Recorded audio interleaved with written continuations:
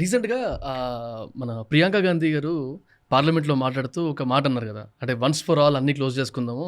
कि नेहरू जी से जितनी भी शिकायतें हैं उसकी भी एक सूची बना दी. Once and for all, let's close the chapter. Nehru గురించి మీరు ఏం మాట్లాడదాం అనుకుంటారు? ఒకటే రోజు కూర్చుందాం అన్ని కంప్లీట్ అంటే నేను I'm not for of some party or not against of some party. ఎవరికి ఫర్‌గా మాట్లాడట్లేదు. ఇన్‌ఫాక్ట్ లీడర్ గురించి కూడా మాట్లాడట్లేదు. బట్ ఆ స్టేట్మెంట్ ఒకటి ఏదైతే అన్నారో స్టేట్మెంట్ పరంగా నాకు నచ్చింది అది. అంటే పార్లమెంట్ ఆస్పెక్ట్‌లో అంటే లీడర్ ఆఫ్ హౌస్తోనో లేకపోతే ఎక్కడ ఎవరిని ఉద్దేశించి అన్నది పక్కకు పెట్టేస్తే బట్ క్లిష్టంగా ఏ ఇష్యూస్ ఉన్నాయో ఒకటేసారి మాట్లాడేద్దాం, తర్వాత సభ నడవాల్సినట్టు నడిపించుకుందాం అనేది ఏదైతే మాట్లాడారో that made a lot of sense sir. అంటే ఆ సెన్స్లో కనుక మనం మాట్లాడితే అకార్డింగ్ టు యూ ప్రజెంట్ పార్లమెంట్లో కానీ లేకపోతే అసెంబ్లీలో కానీ అవుతున్న చర్చలు ఎలా ఉన్నాయి, ఎలా ఉంటే బాగుంటుంది and what is your advice? ఒకసారి పార్లమెంట్ చూడడానికి ఒక పబ్లిక్ స్కూల్ స్టూడెంట్స్ వచ్చారు. ఓకే. చూశాక వాళ్ళని విలేకరులు అడుగుతారు, హౌ డూ యూ ఫీల్ అని. We will not be allowed to behave like this in our school అన్నారు వాళ్ళు. సరిపోతుంది కదా మీకు అర్థం. Street point. సో మా స్కూల్లో ఇలా బిహేవ్ చేయనియరు. చేయనియరు. ఇప్పుడే కాదు, మీకు గజ్జల మల్లారెడ్డి చాలా కాలం క్రితమే రాశాడు, కలికాలపు మయసభరా ఏదిరా కర్మగాలి శాసనసభ కాదు కదా గురువరా అని. సో అందువల్ల దట్ హాస్ బికమ్ అంటే మీకు టీవీ రేటింగ్స్ ఉంటాయి కదా, బ్రాడ్కాస్ట్ ఆడియన్స్ బార్క్ రేటింగ్స్. మీరు చూడండి పార్లమెంట్ సెషన్స్ రేటింగ్ తక్కువ ఉంటాయి. లైవ్ పార్లమెంట్ సెషన్స్ చిన్నపిల్లలు అయితే దర్శకుంటారు. సడన్గా మీరు లైవ్ పెట్టారనుకోండి, చిన్నపిల్లలు దర్శకుంటారు ఏం జరుగుతుంది అని. సో దట్ హాస్ అన్ఫార్చునేట్లీ నేను 8 years I was legislator. I have no contempt for చట్టసభల పట్ల నాకేమీ ధిక్కారణ స్వభావం అంటారే కంటెంప్ట్ ఏం లేదు. But that is the reality కదా. ఇప్పుడు మనకు we cannot accept the reality అంటే కష్టం. So very very unfortunate thing ఏంటంటే పార్లమెంట్ అలా జయప్రకాష్ నారాయణ్ ఆ రోజులో మాట అన్నాడు, లోక్ నాయక్ జయప్రకాష్ నారాయణ్. మీకు 1977లో ఒక పెద్ద బందిపోటు జనజీవన శ్రవంతిలోకి వచ్చాడు. అలా టికెట్ ఇద్దామా అని చర్చిస్తే ఫ్రెండ్ అడిగితే పార్లమెంట్లో మంచి కంపెనీ దొరుకుతుంది అన్న. అట్లా అయిపోయింది మీకు. That is very unfortunate thing, but that is the reality కదా. అదే సార్, అంటే చూస్తూ ఉంటాం కదా, ఫ్యామిలీల మీద మాట్లాడేసి ఇంట్లో మీద మాట్లాడేసి తర్వాత అంటే జనరేషన్స్ గురించి మాట్లాడేసి అసలు ఒక బౌండరీ లేకుండా మాట్లాడే రోజుల్లో మనం ఉన్నాం కదా. అండ్ బికాస్ ఆఫ్ దిస్ జనరల్గా న్యూస్ చూస్తే న్యూస్లో చెప్పేవాని కరెక్టా కాదా అని ఒక డౌట్. పొలిటీషియన్స్ని చూస్తే లీడర్ అంటే అపోజిషన్లో ఉన్నాడు ఒకటి చెప్తే, పొజిషన్లో ఉన్నారు ఇంకోటి చెప్తారు, అంటే పవర్లో ఉన్నారు ఇంకోటి చెప్తారు. సో ఎవరిని నమ్మాలి ఎవరిని నమ్మొద్దు, వాళ్ళు తిట్టుకోవడం సరిపోతుంది. అండ్ అగైన్ ఫేమస్ సేయింగ్స్ ఉంటాయి కదా, అసెంబ్లీలో కెమెరాల ముందు కొట్లాడుకొని వెనకలికి వెళ్ళి టీ తాగుతారు ఇద్దరు కలిసి అని చెప్పి. సో అసలు ఈ ఈక్వేషన్ అర్థం కాదు నాకు. మీరు అడిగిన మూడిట్లో లాస్ట్ది పట్టుకుంటే నేనే టీ తాగుతున్నప్పుడు విట్నెస్ కూడా. ఇప్పుడు ఈ మధ్య టీవీ డిబేట్లకు వెళ్ళడం లేదు, కానీ టీవీ డిబేట్లకు వెళ్ళిన మొదట్లో ఈ మధ్య ఇటీవలే ఆపేశాను. ఓకే. మీకు చాలా మంది కొట్టుకున్నంత పని చేసేవాళ్ళు. అవును. అటు కెమెరా ఆగింది అని తెలుసుతోనే మళ్ళీ ఏమన్నా ఏం సంగతి వ్యాపారాలు లావాదేవీలు అన్నీ మాట్లాడుకుంటారు. సో అందువల్ల చూసారు మీరు అడిగిన థర్డ్ క్వశ్చన్కు ఇక మీరు అడిగిన ఫస్ట్ క్వశ్చన్ ఏంటి, ఎవరు ఇలా మాట్లాడతారు ఎవరు అలా చూపుతారు అంటే, మీకు మార్క్ ట్వైన్ ఒక మాట అంటాడు. So if you do not read newspapers and newspapers అప్పుడు అన్నాడు, అప్పుడు టీవీ లేవు కనుక, but in includes TVs media. If you do not read newspapers you are ill informed. If you read newspapers you are misinformed. So you have no choice. Well informed choice లేదు, either ill informed or misinformed. So unfortunately well ఇన్ఫార్మ్డ్కు choice లేకుండా పోయింది. So that's the next question. తర్వాత ఇక politicians ఒకరికొకరు మాట్లాడుకుంటారు, ఎందుకంటే because they have no other issues to differentiate కదా. ఒకే తాను ముక్కలైనప్పుడు ఏం చేయాలి? సో ఒకే తాను ముక్కలు అన్నప్పుడు క్లాత్ క్వాలిటీలో తేడా రాదు కనుక ఓరు మీటర్ క్లాత్ ఉంటే ఓరు మీటర్ బాగుంటారు, అంతకని ఏం చేస్తారు ఇంకా. అంటే జనరల్గా క్వశ్చన్ వస్తుంది, జనరల్ క్యాజువల్ డిబేట్ అవుతూ ఉంటుంది ఆఫీస్లో. మీడియా అనేదాన్ని అంటే న్యూస్ పేపర్ కానీ న్యూస్ ఛానల్స్ని కానీ బిజినెస్లు కంట్రోల్ చేస్తున్నాయా లేకపోతే పొలిటీషియన్స్ కంట్రోల్ చేస్తున్నారా అనే ఒక క్వశ్చన్ వచ్చినప్పుడు నేను జనరల్గా చెప్తుండే, నాకు ఒక లాస్ట్ ఎలక్షన్స్ అప్పుడే అఫ్కోర్స్ నేను ముందు తీసుకెళ్ళలేదు, ఎక్కువ మాట్లాడలేదు వాళ్ళతో, కానీ మన ఇండియాలోనే one of the top parties political parties వాళ్ళ ఆఫర్ ఏమి ఉండిందంటే, ఈ ఎలక్షన్స్ టైంలో మీరు చేసే పాడ్కాస్ట్లలో మా గురించి మాట్లాడకుండా ఉండడానికి ఒక రేటు, మా గురించి మాట్లాడితే ఒక రేటు, ఇట్లాంటి టాపిక్లు ఏనే అనమాట మాకు. అంటే రేపు పొద్దున జర్నలిస్ట్లను కానీ న్యూస్ ఛానల్స్ని కానీ న్యూస్ పేపర్స్ని కానీ లేకపోతే ఇండిపెండెంట్ జర్నలిస్ట్లను కానీ నార్మల్గా ఉండనిస్తారా లేదా, అసలు ఎవరు కంట్రోల్ చేస్తున్నారు? Government, business? పాలిటిక్స్ వేరు కదా, వేరు కాదు కదా. బిజినెసే పాలిటిక్స్ నడిపిస్తుంది. మీకు టాటాస్ మొన్న బీజేపీకి 758 crore డొనేట్ చేశారు. సరిగ్గా ఎలక్షన్ల ముందు 3 వారాల ముందు డొనేట్ చేశారు. అంతకు 4 వారాల ముందు వారికి సెమీ కండక్టర్ ప్లాంట్కు 44,000 crores సబ్సిడీలు ఇచ్చింది కేంద్ర ప్రభుత్వం. సో మీకు scroll.in-లో ఈ స్టోరీ ఉంటుంది, నా యూట్యూబ్ ఛానల్లో కూడా ఉంటుంది, చూడండి. So nobody has even denied it కదా. అంటే it's open, it's not a secret transaction, it's a బహిరంగ ట్రాన్సాక్షన్. ఎందుకంటే ఎలక్ట్రల్ బాండ్స్ ద్వారా కాదు, అది డైరెక్ట్గా బ్యాంక్ ట్రాన్స్ఫర్. సో అందువల్ల ఫండ్ లాగానే. So it's a clear case of cronyism కదా. అందులో Tatas is known for some values, అయినా కూడా that shows how the nexus between business and its politics. ఇది ఒక మనం బీజేపీని అనాల్సిన అవసరం లేదు. ఎవరు అధికారంలో ఉన్నా అక్కడ వారితో బిజినెస్ నెక్సెస్ అయి ఉంటుంది. ఇది మీకు ఎన్ఎన్ వోహ్రా కమిటీ అని యూనియన్ హోమ్ మినిస్ట్రీ పెట్టిన కమిటీ చెప్పింది. There is a businessman, politician, bureaucrat, criminal nexus అని. సో ఇది దుష్ట చతుష్టయము అని చెప్పి రాజకీయాలంతా దరిద్రంగా ఉన్నాయని, రాజకీయ నాయకులందరూ దుర్మార్గులని మనం అనుకోకూడదు. No politics can never be a substitute to bad politics. Right. So politics anta chedu kaadu, but there is a overwhelming bad in politics. That is an unfortunate thing about it. So appudu independent enti anedi oka challenge. Main challenge ippudu ekkada vastundi ante ee social media vachaka asalu independent journalist nu delegitimize cheyali. Right.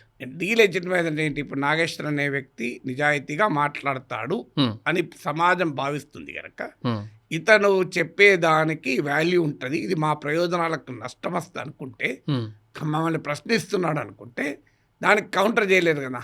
Counter చేసే ధైర్యము, దమ్ము, subject ఉంటే counter చేయొచ్చు, అభ్యంతరం ఏం లేదు. కానీ subject ఉండక ఆన్సర్ లెక్క ఏం చేస్తున్నట్టు డీలెజిటిమైజ్ చేయాలి. డీలెజిటిమైజ్ చేయాలంటే ఏం చేయాలి? ఇతను పలానోడు పేటీఎం అని అటాక్ చేయాలి. అటాక్ చేస్తే డీలెజిటిమైజ్. సమాజం కూడా ఏమనుకుంటుంది, అందరని కాదు, సమాజంలో తమ చుట్టూ అలాంటి వాళ్ళు ఉండే వాళ్ళకు నిజమే కావచ్చు అని కొంతమందిని అనుకుంటారు, అందరూ అనుకోరు. అందువల్ల అల్టిమేట్గా ఇప్పుడు నేనే ఉన్నాను, నేను ఒక్కరోజు మాట్లాడలేదు కదా, కొన్ని ఏళ్ళ నుంచి మాట్లాడుతున్నాను. బహుశా తెలుగు టెలివిజన్ స్క్రీన్ పైన అత్యధిక సమయం మాట్లాడమని నేనే అనుకుంటా. I did not measure it, but most probably. So అందువల్ల మొదటి నుంచి నన్ను చూసిన వాళ్ళకి నేను ఎవరో తెలుసు, కానీ అందరూ మొత్తం చూడరు కదా ప్రతి వీడియో. సో ఎవరో ఒకరు ఎక్కడో చోట నమ్మే ప్రమాదం ఉంటుంది, but that's a part of life. ఇప్పుడు I'm answerable to my conscience. నేను ఎవరు అకౌంటబిలిటీ, ఎవరి సమాధానం కొరకు, ఎవరి సర్టిఫికేట్ కొరకు మాట్లాడాను కదా. ఎవరేమనుకుంటా నాకేంది. ఈ దేశంలో శ్రీకృష్ణ పరమాత్మ పైనే నిరాపణ తెలిసారు, శవంతకమని దొంగలించాడని. సాక్షాత్తు పతివ్రతా శిరోమణైనటువంటి సీతమ్మ తల్లినే అనుమానించారు రామాయణ కాలంలో. గాంధీ మహాత్మునే చంపారు. నేనంత ఇక మీరు అంతకుముందు ఒక ప్రశ్న అడిగారు, వీళ్ళెవరు చెప్తారో వాళ్ళెవరు చెప్తారు, ఎవరిది నమ్మాలి ప్రజలు అని. దానికి గౌతమ బుద్ధుని బోధనలు ఉన్నాయి. నేనే ఈ మధ్య మాట్లాడాను నా యూట్యూబ్ ఛానల్ కూడా. కాలాము సుత్తా అంటారు దాన్ని.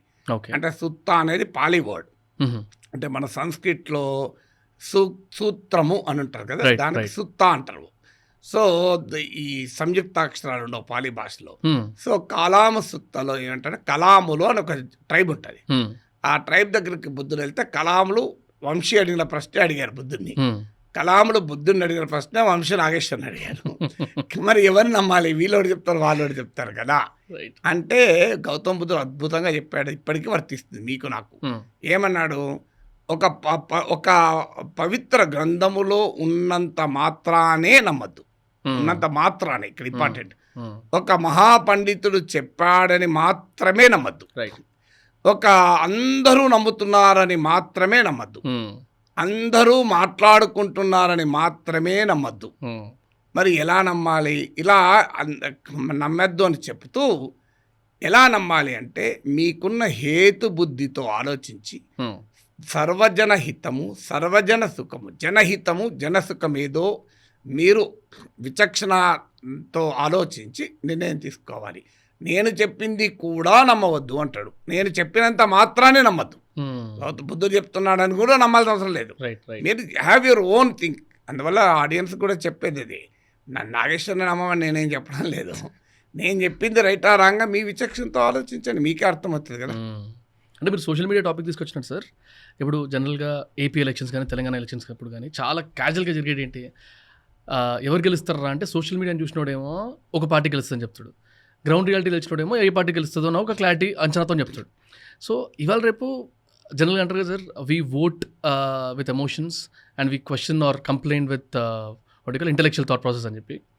అంటే కొన్నిసార్లు నాకు ఎట్లా అనిపిస్తుంది అంటే చిన్నప్పటి నుంచి సొసైటీ థాట్ ప్రాసెస్ కానీ నేను బాగా విన్నా, మా ఇంట్లో కానీ తెలిసిన వాళ్ళ దగ్గర నుంచి కానీ, అరే ఈ నాయకుడు తిన్నాడు కానీ పని చేస్తాడరా అంటే తినడం యాక్సెప్ట్ చేస్తున్నాం, యాక్సెప్ట్ చేసి అది తినడం అంటే లైక్ కరప్షన్ కానీ అది యాక్సెప్ట్ చేసి పర్లేదు పని చేస్తాడు లేదన్న థాట్లో ఉంటున్నావు కదా. సో సొసైటల్ ఆస్పెక్ట్లో ఓటర్ సైడ్ నుంచి if you need to talk about how should we think first and what should we think? Unfortunately ఒకటి ఓటరే కరప్ట్ అయ్యాడు. ఈ మాట అనడానికి ధైర్యం కావాలి. ఓట్లు అడిగేవాడికి ధైర్యం ఉండదు. నేనేం ఓట్లు అడుగుతలేను కనుక ధైర్యంగా అంటున్నాను. సో ఓటర్ కూడా కరప్ట్ అయ్యాడు, అనుమానమే లేదు. First point. రెండో పాయింట్ ఏంటంటే వాల్యూ సిస్టమ్ మారిపోయింది. ఒకప్పుడు నీవు ఎలా సంపాదించావు అనేది కీలకం, ఎంత సంపాదించావు అనేది కీలకం కాదు. ఇప్పుడు వాల్యూ సిస్టమ్ మారి నీవు ఎలా సంపాదించావు అంటే the means are no longer relevant, ends determine means అంటారు ఇంగ్లీష్లో. నువ్వు ఎంత సంపాదించావు అన్నది కీలకమైపోయింది. దానివల్ల ఏమైంది అంటే దీన్ని తప్పు అని సమాజం భావించడం లేదు. తప్పు మీకు అందుకే చూడండి, రాజకీయ పార్టీలు ఎక్కడన్నా విరాళం ఇయ్యక ఆ డబ్బులు పంచకపోతే ధర్నాలు కూడా చేస్తారు. రాత్రిపూట తెలుస్తూ ఉంటున్నారు, ఎప్పుడు ఇస్తారని చూస్తున్నారు. ఒకప్పుడు ఈ వాల్యూ సిస్టమ్ ఇలా లేకుండే. సో ఆ వాల్యూ సిస్టంలో కూడా మనకు చేంజ్ వచ్చింది. మూడవది ఏంటంటే ప్రజలకు ప్రత్యామ్నాయం లేనప్పుడు ఏం చేయాలి? ఇప్పుడు ఒకే తాను ముక్కలుగా రాజకీయాలు కనబడుతున్నప్పుడు తన స్వార్థం చూసుకుంటాడు కదా. అందువల్ల ఒక ఎఫెక్టివ్ ఆల్టర్నేటివ్ లేకపోవడం కూడా ప్రజలు ఇలా బిహేవ్ చేయడానికి కారణమవుతుంది. అందువల్ల మనం కంప్లీట్గా ప్రజల్ని అనలేము, రాజకీయ నాయకులు. నాలుగవది రాజకీయ పార్టీలు కూడా ఏంటి, మీరు చాలామంది పొలిటీషియన్లు అడగండి, they don't want a situation where money prevails.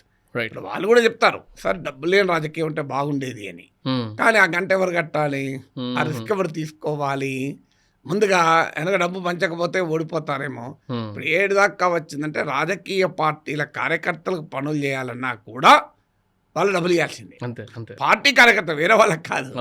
So ఆ స్థాయికి మనం డబ్బు ప్రభావాన్ని తీసుకొచ్చాం కదా. సో అందువల్ల ఇందులో ఎవరి తప్పు అంటే తలా పాపం తిలా పిడికడు. ఇంకోటి మీరు జనరల్గా ఎకనామిక్స్ గురించి బాగా మాట్లాడతారు, లేకపోతే డబ్బుల గురించి లైక్ మనీ అరౌండ్గా కూడా టాపిక్స్ బాగా అంటే లాజిక్స్ బాగా చెప్తారు కాబట్టి కెన్ యూ టాక్ అబౌట్ ఒక ఎమ్మెల్యేకి కానీ ఒక ఎంపీకి కానీ రోజువారీగా పార్టీ తరఫున ఎంత ఖర్చు ఉంటుంది? అది స్టాండర్డ్ ఉండదు. It depends on the person, it depends on the area. మీకు బీహార్లో ఖర్చుకు తెలంగాణ ఆంధ్రాలో ఖర్చుకు తేడా ఉంది. కాంపిటేటివ్ పాలిటిక్స్ ఉన్న కేరళలో ఒక రకమైన ఖర్చు ఉంటుంది, కాంపిటేటివ్ పాలిటిక్స్ ఇంకో ఎక్స్ట్రీమ్లో ఆంధ్రప్రదేశ్లో ఒక రకంగా ఉంటాయి. అందులో స్టాండర్డ్ లేదు. కానీ మీకు ఒక్క ఉదాహరణ చెప్తాను, లెక్కించడం కష్టం. నాతో ఒక ఎమ్మెల్యే చెప్పాడు, సార్ మీకు మాకు తేడా సార్, మీరు ఉపన్యాసాలు బాగానే ఇస్తారు, మమ్మల్ని వాయిస్తుంటారు, కానీ మా పరిస్థితి ఏంటి తెలుసా సార్, మీరు ఏముంది మీ మహబూబ్నగర్ జిల్లా మీ నియోజకవర్గం, నేను హైదరాబాద్, రంగారెడ్డి, మహబూబ్నగర్ 3 జిల్లాలు ఎమ్మెల్సీ, 3 ఉమ్మడి జిల్లాల. మీరు బస్సు ఎక్కుతారు, ఆర్టీసీ బస్సులో గవర్నమెంట్ ఇచ్చినటువంటి పాస్ ఉంటుంది ఫ్రీగా. సో మీరు వెళ్తారు, మీరు వెళ్ళి అక్కడ దిగుతారు, దిగుడుతోనే ఎవరెవరు వచ్చి మిమ్మల్ని బండి మీద ఎక్కించుకుంటారు, వెనకాల బండి మీద కూర్చుంటారు, పోతారు, పొంగ టీ స్టాల్ దగ్గర ఆపి ఛాయ్ తాగుతారు మీకే. తర్వాత మీకు లంచ్ వాళ్ళే డబ్బులు ఖర్చు పెట్టి లంచ్ పెట్టించి మళ్ళీ మిమ్మల్ని బస్ స్టాండ్లో దించుతారు, మీరు మళ్ళీ బస్సు ఎక్కుతారు, మళ్ళీ బస్సు ఎక్కి ఇంటికి వస్తారు. మీకు ఏం ఖర్చు ఉన్నది సార్ ఇంట్లో? ఇక మీరు నీతులు మా చెప్తారు సార్, మా పరిస్థితి అట్లా కాదు, మేము ఊర్లో దిగుడుతోనే మాతో పాటు 50 మంది లేకపోతే వీడేవాడు ఎమ్మెల్యేనయ్యా, వీడి వెనకాల ఒక్కడు లేడు అని చెప్పి మాకు ఓట్లు పడవు. తర్వాత మేము ఎల్లుడితోనే ఎవడు పుట్టినా డబ్బులు ఇవ్వాలి, చచ్చినా డబ్బులు ఇవ్వాలి. ఈ 50 మందికి రోజు ఒక బిర్యానీ తినిపించినా మాకు 10,000 ఖర్చు అవుతుంది, మమ్మల్ని ఏం చేయమంటారు సార్ అని అడిగినా.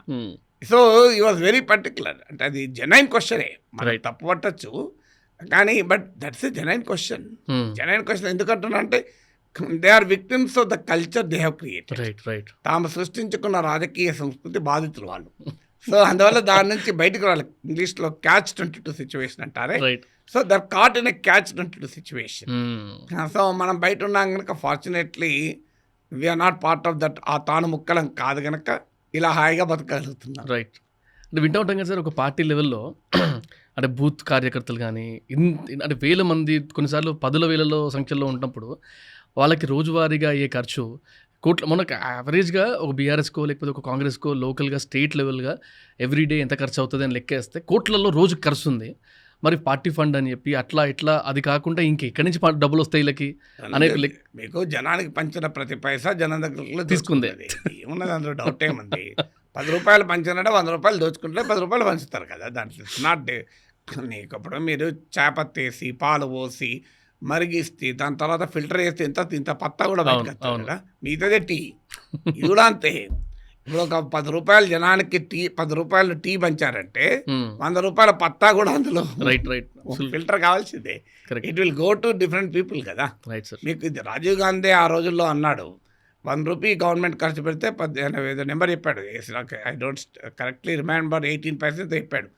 ప్రజలకు వచ్చారు 18 పైసలు జరుగుతుంది అని. So that is the reality కదా. వా. అండ్ అంటే ఈ మధ్యలో కొంచెం burning question, because already Telangana గురించి మాట్లాడితే 2 ఏళ్ళు అయింది ఆల్రెడీ గవర్నమెంట్ మారి. సో అంటే ఎవరిని అడిగినా నెక్స్ట్ టైం రేవంత్ రెడ్డి గారు వస్తారా అనే ఒక క్వశ్చన్ వస్తుంది. So if you ask you that question, అంటే బికాస్ మీ అనాలిసిస్ కానీ మీ అనాలజీ కానీ కొంచెం డిఫరెంట్ లెవెల్లో ఉంటుంది కాబట్టి I wanted to ask you, మిమ్మల్ని ఒకవేళ నెక్స్ట్ గవర్నమెంట్ ఎవరు ఫామ్ చేస్తారు అండ్ కేసీఆర్ గారు మళ్ళీ పవర్లోకి వస్తారా? 3 ఏళ్ళ తర్వాత మీ బీపీ ఎంత ఉంటుందో చెప్పగలుగుతారా? మీ క్రియాటనైన్ ఎంత ఉంటుందో చెప్పగలుగుతారా? రైట్, చెప్పలేము. మీ diabetic sugar level, blood sugar level ఎంత ఉంటుందో చెప్పగలుగుతారా? చెప్పలేము. మీ శరీరం గురించి మీరే చెప్పలేకపోతే రేవంత్ రెడ్డి గురించి ఎవరు చెప్తారు? అయితే ఎగ్జాక్ట్లీ సార్. ఎందుకంటే దేర్ ఆర్ పాలిటిక్స్లో మనకు అర్థం కావాల్సిన Vamshi, there are many slip between the cup and the lip అని ఇంగ్లీష్లో ఒక వండర్ఫుల్ ఈడియం ఉంది. అంటే ఒక కప్పు నీ పెదవిని తాకే లోపల ఎన్నో స్లిప్లు ఉంటాయి. Politics are determined by a complex set of factors. ఇప్పుడు మీకు జూబ్లీహిల్స్ బై ఎలక్షన్ తీసుకోండి. రైట్. 1 వీక్ ముందు వరకు కూడా బీఆర్ఎస్ వాజ్ లీడింగ్ అన్ని సర్వేలో. అది అందరికీ తెలుసు. Everybody you ask Congress, you ask BRS, అందరూ చెప్తారు అది. There is no dispute about it, nobody can question it. So 1 week before వరకు కూడా 5 to 6% మీకు గ్యాప్ ఉండే. BRS was leading. ఇనీషియల్గా అయితే BRS was leading by over 10%. Last 1 వీక్లో టేబుల్స్ టర్న్ అయిపోయాయి. నేను ఒక వీడియోలో హెడ్లైన్ పెట్టాను, చివరి నిమిషంలో సీన్ మారిందా, కాంగ్రెస్ దే గెలుపా అని. ఇది ఎప్పుడు పెట్టానంటే కౌంటింగ్ ముందు, ఎలక్షన్ అయిన రోజు ఈవినింగ్ పెట్టాను, మీకు ఎగ్జిట్ పోల్స్ వచ్చే ముందే. సో ఎగ్జాక్ట్లీ అదే జరిగింది. సో అందువల్ల అలా there are host of factors. అంటే డిస్కంటెంట్ బాగా ఉండే కాంగ్రెస్ ప్రభుత్వం పైన. కానీ డిస్కంటెంట్ 2 రకాలుగా ఉంటుంది. మేనేజబుల్ డిస్కంటెంట్, అన్మేనేజబుల్ డిస్కంటెంట్ అని. ఇప్పుడు పాలిటిక్స్ మన హ్యూమన్ బాడీతో పోలిస్తే మన బాడీలో ఫ్యాట్ పెరిగింది. ఒక దశ వరకు మేనేజబుల్ ఫ్యాట్ అది. నువ్వు డయట్ సరిగా మెయింటైన్ చేసి ఎక్సర్సైజ్ చేస్తే ఫ్యాట్ తగ్గిపోతుంది. ఇంకో లెవెల్ దాటితే నువ్వు ఎంత చేసినా తగ్గదిగా. ఇక ఆమె లేకుండా సర్జరీ చేసుకుంటే కూడా మళ్ళీ వస్తుందేమో. సో షుగర్ లెవెల్ అంతే. ఒక స్టేజ్ వరకు with diet and food with exercise you can control it. So politics కూడా ఏమవుతుంది, డిస్కంటెంట్ కూడా ఒక స్టేజ్ వరకు మేనేజబుల్ డిస్కంటెంట్. అంటే అప్పుడు కాంగ్రెస్ గవర్నమెంట్ పైన బాగా discontent, but that was manageable discontent. Manageable ఎలా, ఇక by host of things. Political management ఉండొచ్చు, పోల్ మేనేజ్మెంట్ ఉండొచ్చు, కాస్త ప్రజలు ఏ గ్రీవెన్సెస్ అడ్రస్ చేయడం కావచ్చు. There are several ways how discontent can be manage కదా. అందులో ఇది బై ఎలక్షన్ కదా. మా పనామని అడిగాను మన సర్పంచ్ ఎలక్షన్స్ అప్పుడు, ఏ పార్టీకి ఓటేస్తారంటే ఇక ఆటోగరు ఇటోగరు ఉంటే ఏమొస్తుంది సార్, పల్లెట్లయితుంది అన్నారు. ఆటోగరు ఇటోగరు అంటే ఎంత బ్యూటిఫుల్ పొలిటికల్ అనాలిసిస్. పెద్ద పెద్ద రాజకీయ పండితులు చేసే విశ్లేషణ ఒక్క సెంటెన్స్లో చెప్పింది. ఆటోగరు ఇటోగరు ఉంటే ఏం లాభం సార్ అన్నది. అంటే అర్థం ఏంటి, రాష్ట్రంలో కాంగ్రెస్ అధికారం ఉండగా మా ఊర్లో సర్పంచ్ ఇంకో పార్టీ ఉంటే ఏమొస్తుంది సార్ అన్నది. సో జూబ్లీహిల్స్లో కూడా అదే పని చేసింది, ఆటోగరు ఇటోగరు. సో అంటే మీకు అందువల్ల 3 years తర్వాత ఏమి జరుగుతుందో, ఏ పరిణామాన్నైనా ఎవరు చెప్పగలుగుతారంటే ఆయా పార్టీలు చెప్పగలుగుతాయి. కాంగ్రెస్ వాళ్ళు అడిగాను అంటే మేము 2028 ఏందండి, 38లో కూడా మేము గెలుస్తామంటారు. బీఆర్ఎస్ వాళ్ళు అడిగారు 28 దాకా ఎందుకు, 26లో ప్రభుత్వం మారుతుందని చెప్తారు. లేదంటే జ్యోతిష్యులు చెప్పాలి. Neither I'm a political man నార్ ఏ జ్యోతిష్యం, ఆస్ట్రాలజర్. సో నేను ఎందుకు చెప్పాలి 3 ఏళ్ళ తర్వాత ఏం జరుగుతుందని. సరే, ఈ క్వశ్చన్ కొంచెం ఓపెన్ అనేది ఉండొచ్చు, కాకపోతే ఇప్పుడు ఉస్మానియా యూనివర్సిటీ గురించి మాట్లాడితే yeah. So me what you call contribution కానీ మీ రిలేషన్ విత్ ఓయూ గురించి మాట్లాడితే అంటే ఆ సెన్స్లో అది అడిగితే మిమ్మల్ని నాకు చిన్నప్పటి నుంచి బాగా గుర్తు అంటే ఓపెన్గా ఉంటుంది కాబట్టి గేట్స్ అన్నీ ఓపెన్ ఉంటాయి, ఓపెన్ యూనివర్సిటీ లాంటిది కాబట్టి అక్కడికి వనభోజనాలకు వెళ్ళేటోళ్ళం మేము ఫ్రెండ్స్తోని లేకపోతే ఫ్యామిలీస్తో. తప్పే తెలుసు, అంటే అక్కడ కల్చర్ని ఇబ్బంది పెడుతూ ఉన్నట్టు ఉంటుంది అది. అండ్ ఇష్టం వచ్చినట్టు రౌండ్స్ కొట్టేటోళ్ళం, వాకింగ్కి క్రికెట్కి ఏది పడితే దానికి వాడుకునేటోళ్ళం. దాని వాల్యూ తెలిసేది కదా మాకు యాజ్ కిడ్స్. కొంచెం పెరిగిన తర్వాత అర్థమయ్యేది, అరే యూనివర్సిటీ అంటే ఇది దేనికోసం వాడతారు, సరే ఓపెన్ గేట్లా ఉంది కాబట్టి ఇష్టం వచ్చినట్టు వాడొద్దు దాన్ని అని కొంచెం ఆ కార్యకలాపాలు తగ్గించుకోవడం అలాంటివి వింటూ వస్తున్న తర్వాత రీసెంట్గా రేవంత్ రెడ్డి గారు అక్కడికి వెళ్ళినప్పుడు ఒక అనౌన్స్మెంట్ చేశారు. 1000 crores ఏదో అనౌన్స్ చేసి అమౌంట్. సెకండ్ టైం కూడా వెళ్ళినట్టున్నారు మొన్న. సో అప్పుడు ఆలోచిస్తే క్యాజువల్గా ఫ్రెండ్స్ మధ్యలో డిస్కషన్ వచ్చింది, అరే 1000 crores అనౌన్స్ చేశారంట అనగానే ఫస్ట్ థింగ్ 1000 crores అంటే లాస్ట్కి వచ్చేసరికి అది 300-400 crores వస్తుంది, మిగిలినంతా తినేసి ఉంటారు మీరు ఇందాక అన్నట్టు, తినేస్తారు పైన వాళ్ళు అనే డిస్కషన్ వచ్చింది. బట్ యాజ్ అంటే ఫ్రమ్ ది పర్స్పెక్టివ్ ఆఫ్ ఆ ప్రొఫెసర్ కానీ లేకపోతే యూ ఆర్ ఫ్రమ్ అంటే అక్కడ మీ పిహెచ్డీ కూడా అక్కడే కదా సార్, పొలిటికల్ సైన్సెస్? నేను పిహెచ్డీ ఉద్యోగం చేస్తూ అక్కడే. సో పిహెచ్డీ నుంచి కూడా మీరు అక్కడే ఉన్నారు అంటే మాస్టర్స్ నుంచి అక్కడే. సూపర్. సో ఆ సెన్స్లో కనుక మనం మాట్లాడితే ఓయూకి ఈ ఇన్వెస్ట్మెంట్ ఆర్ ఈ ఫండింగ్ అనేది ఎంత ఇంపార్టెంట్?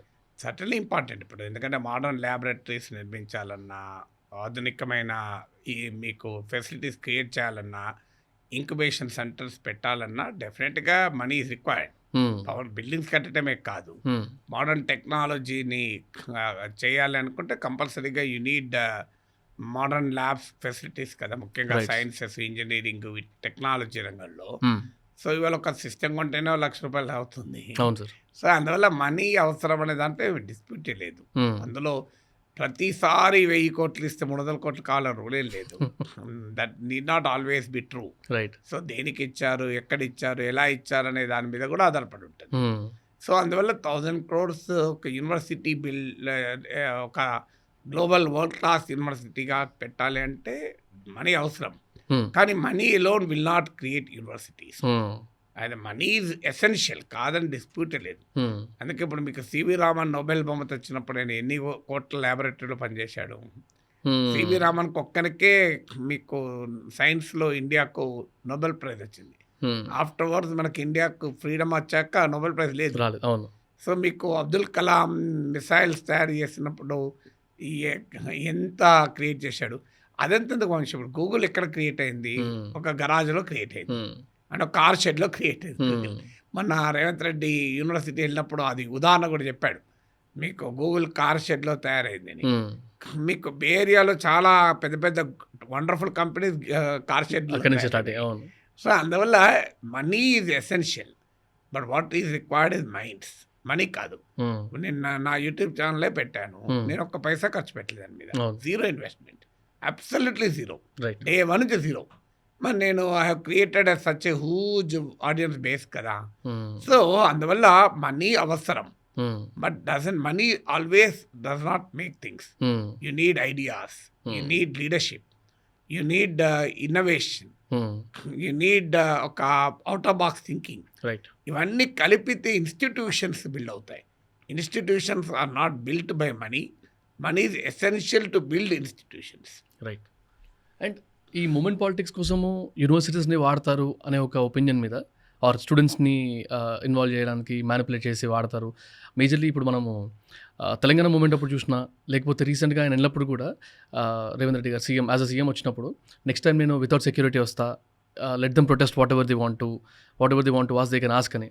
సో అంత ఓపెన్గా మాట్లాడుతున్నప్పుడు అంటే ఇన్ దాట్ ఆస్పెక్ట్ స్టూడెంట్స్ని మ్యానిపులేట్ చేయడం మీద మీ ఒపీనియన్ సార్? అంటే need not necessarily be manipulation కదా. ఇప్పుడు యూనివర్సిటీస్లో రాజకీయాలు లేకపోతే ఎక్కడుంటే రాజకీయాలు నాకు అర్థం కాని విషయం. ఇప్పుడు ఆ యంగ్ మైండ్స్ పాలిటిక్స్ గురించి ఆలోచించకపోతే who will think about it? Right. మీకు ఆంధ్ర యూనివర్సిటీ రాజకీయాల నుంచే కదా వెంకయ్య నాయుడు పుట్టింది. ఉస్మాన్ సిటీ రాజకీయాల నుంచే జైపాల్ రెడ్డి పుట్టాడు. జవహర్లాల్ నెహ్రూ యూనివర్సిటీ రాజకీయాల నుంచే సీతారాం యేచూరి పుట్టాడు. Some of the finest politicians of all use. ఇప్పుడు మీకు 3 ఉదాహరణలు చెప్పాను, ఒక రైట్, ఒక లెఫ్ట్, ఒక సెంట్రిస్ట్. ఈ ముగ్గురు ఎక్కడి నుంచి పెట్టారు? ఇలా ఢిల్లీ చీఫ్ మినిస్టర్ రేఖా గుప్తా ఎక్కడి నుంచి పెట్టారు? వీళ్ళంతా యూనివర్సిటీ కదా. మీకు ఈవెన్ బీహార్లో ఉన్న ఇప్పుడు అగ్రనేతలంతా పాట్నా యూనివర్సిటీ నుంచే పుట్టారు. Right. So universities create leaders. So యూనివర్సిటీస్కి రాజకీయాలు ఉండొద్దు అనుకుంటే పొరపాటు. సో ఇక మ్యానిపులేషన్ అంటావా, యూనివర్సిటీలో ఉంటుంది, సమాజంలో ఉంటుంది, అంతటా ఉంటుంది మ్యానిపులేషన్. ఎప్పుడు కూడా ఒక దాన్ని మనం నెగిటివ్ యాంగిలే చూడకూడదు. There are positive angles also.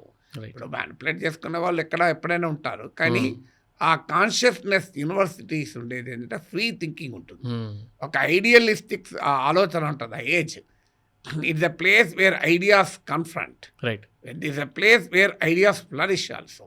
మేమందరం యూనివర్సిటీస్లోనే మా రాజకీయ చైతన్యాన్ని పురుడు పోసుకున్నది. అంతకుముందు రాజకీయాల గురించి తెలుసు, కానీ ఒక యాక్టివ్ పొలిటికల్ ఐడియాస్ ఇంక్యుబేట్ అయింది యూనివర్సిటీస్లోనే. అందువల్ల అండర్ ఎస్టిమేట్ చేయడం. ఉస్మాన్ సిటీ వందే మాతరం మూమెంట్ లాంటి గొప్ప ఉద్యమాలు కూడా నడిచాయి ఉస్మాన్ సిటీలో. మీకు నక్సలైట్ ఉద్యమానికి ఒక రకంగా క్రాడిల్ లాగా కూడా పనిచేసింది.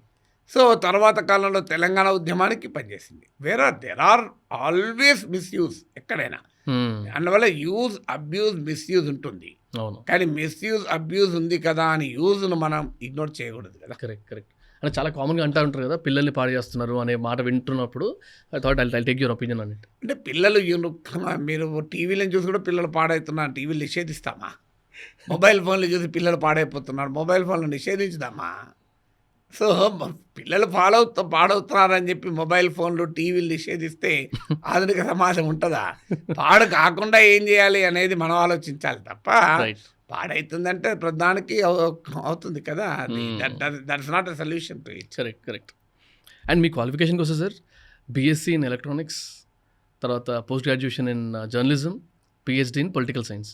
అంటే మీ జర్నీలో ఈ షిఫ్ట్స్తో పాటు మీ అంటే ఇనీషియల్ జర్నీలో నేను బాగా అర్థం అనుకున్నది 1984లో కదా సార్ మీరు as an intern you joined Indian Express. అంటే నేను ఇంకా దానికి మీరు అన్నదానికి BSc electronics, post graduation journalism, political and doctorate, I was visiting professor in economics. అది కూడా Birla institute of technology sciences బిట్స్లో. రైట్. అది 83లో 84 I was doing my journalism. Right. So అందువల్ల 84లో ఇండియన్ ఎక్స్ప్రెస్లో ఇంటర్న్షిప్ చేశాను. అండ్ దట్ సేమ్ ఇయర్, అదే ఇయర్లో కదా ఇందిరాగాంధీ గారు అసాసినేషన్ అయింది. ఎగ్జాక్ట్లీ. అంటే ఆ పీరియడ్లోనే మీకు October 31st. ఆ పీరియడ్లోనే మీకు నేను ఇండియన్ ఎక్స్ప్రెస్లో ఇంటర్న్షిప్ చేస్తున్నప్పుడు ఆపరేషన్ బ్లూ స్టార్ జరిగింది. నేను ఆఫీస్ నుంచి వచ్చి శంకర్ మఠ్ దాకా వచ్చాను. అప్పుడు లోయర్ ట్యాంక్ బండ్ రోడ్లో ఉండే. సో శంకర్ మఠ్ దాకా వచ్చాక ఆ రోజులో మొబైల్ ఫోన్లు ఇవేవి లేవు కదా.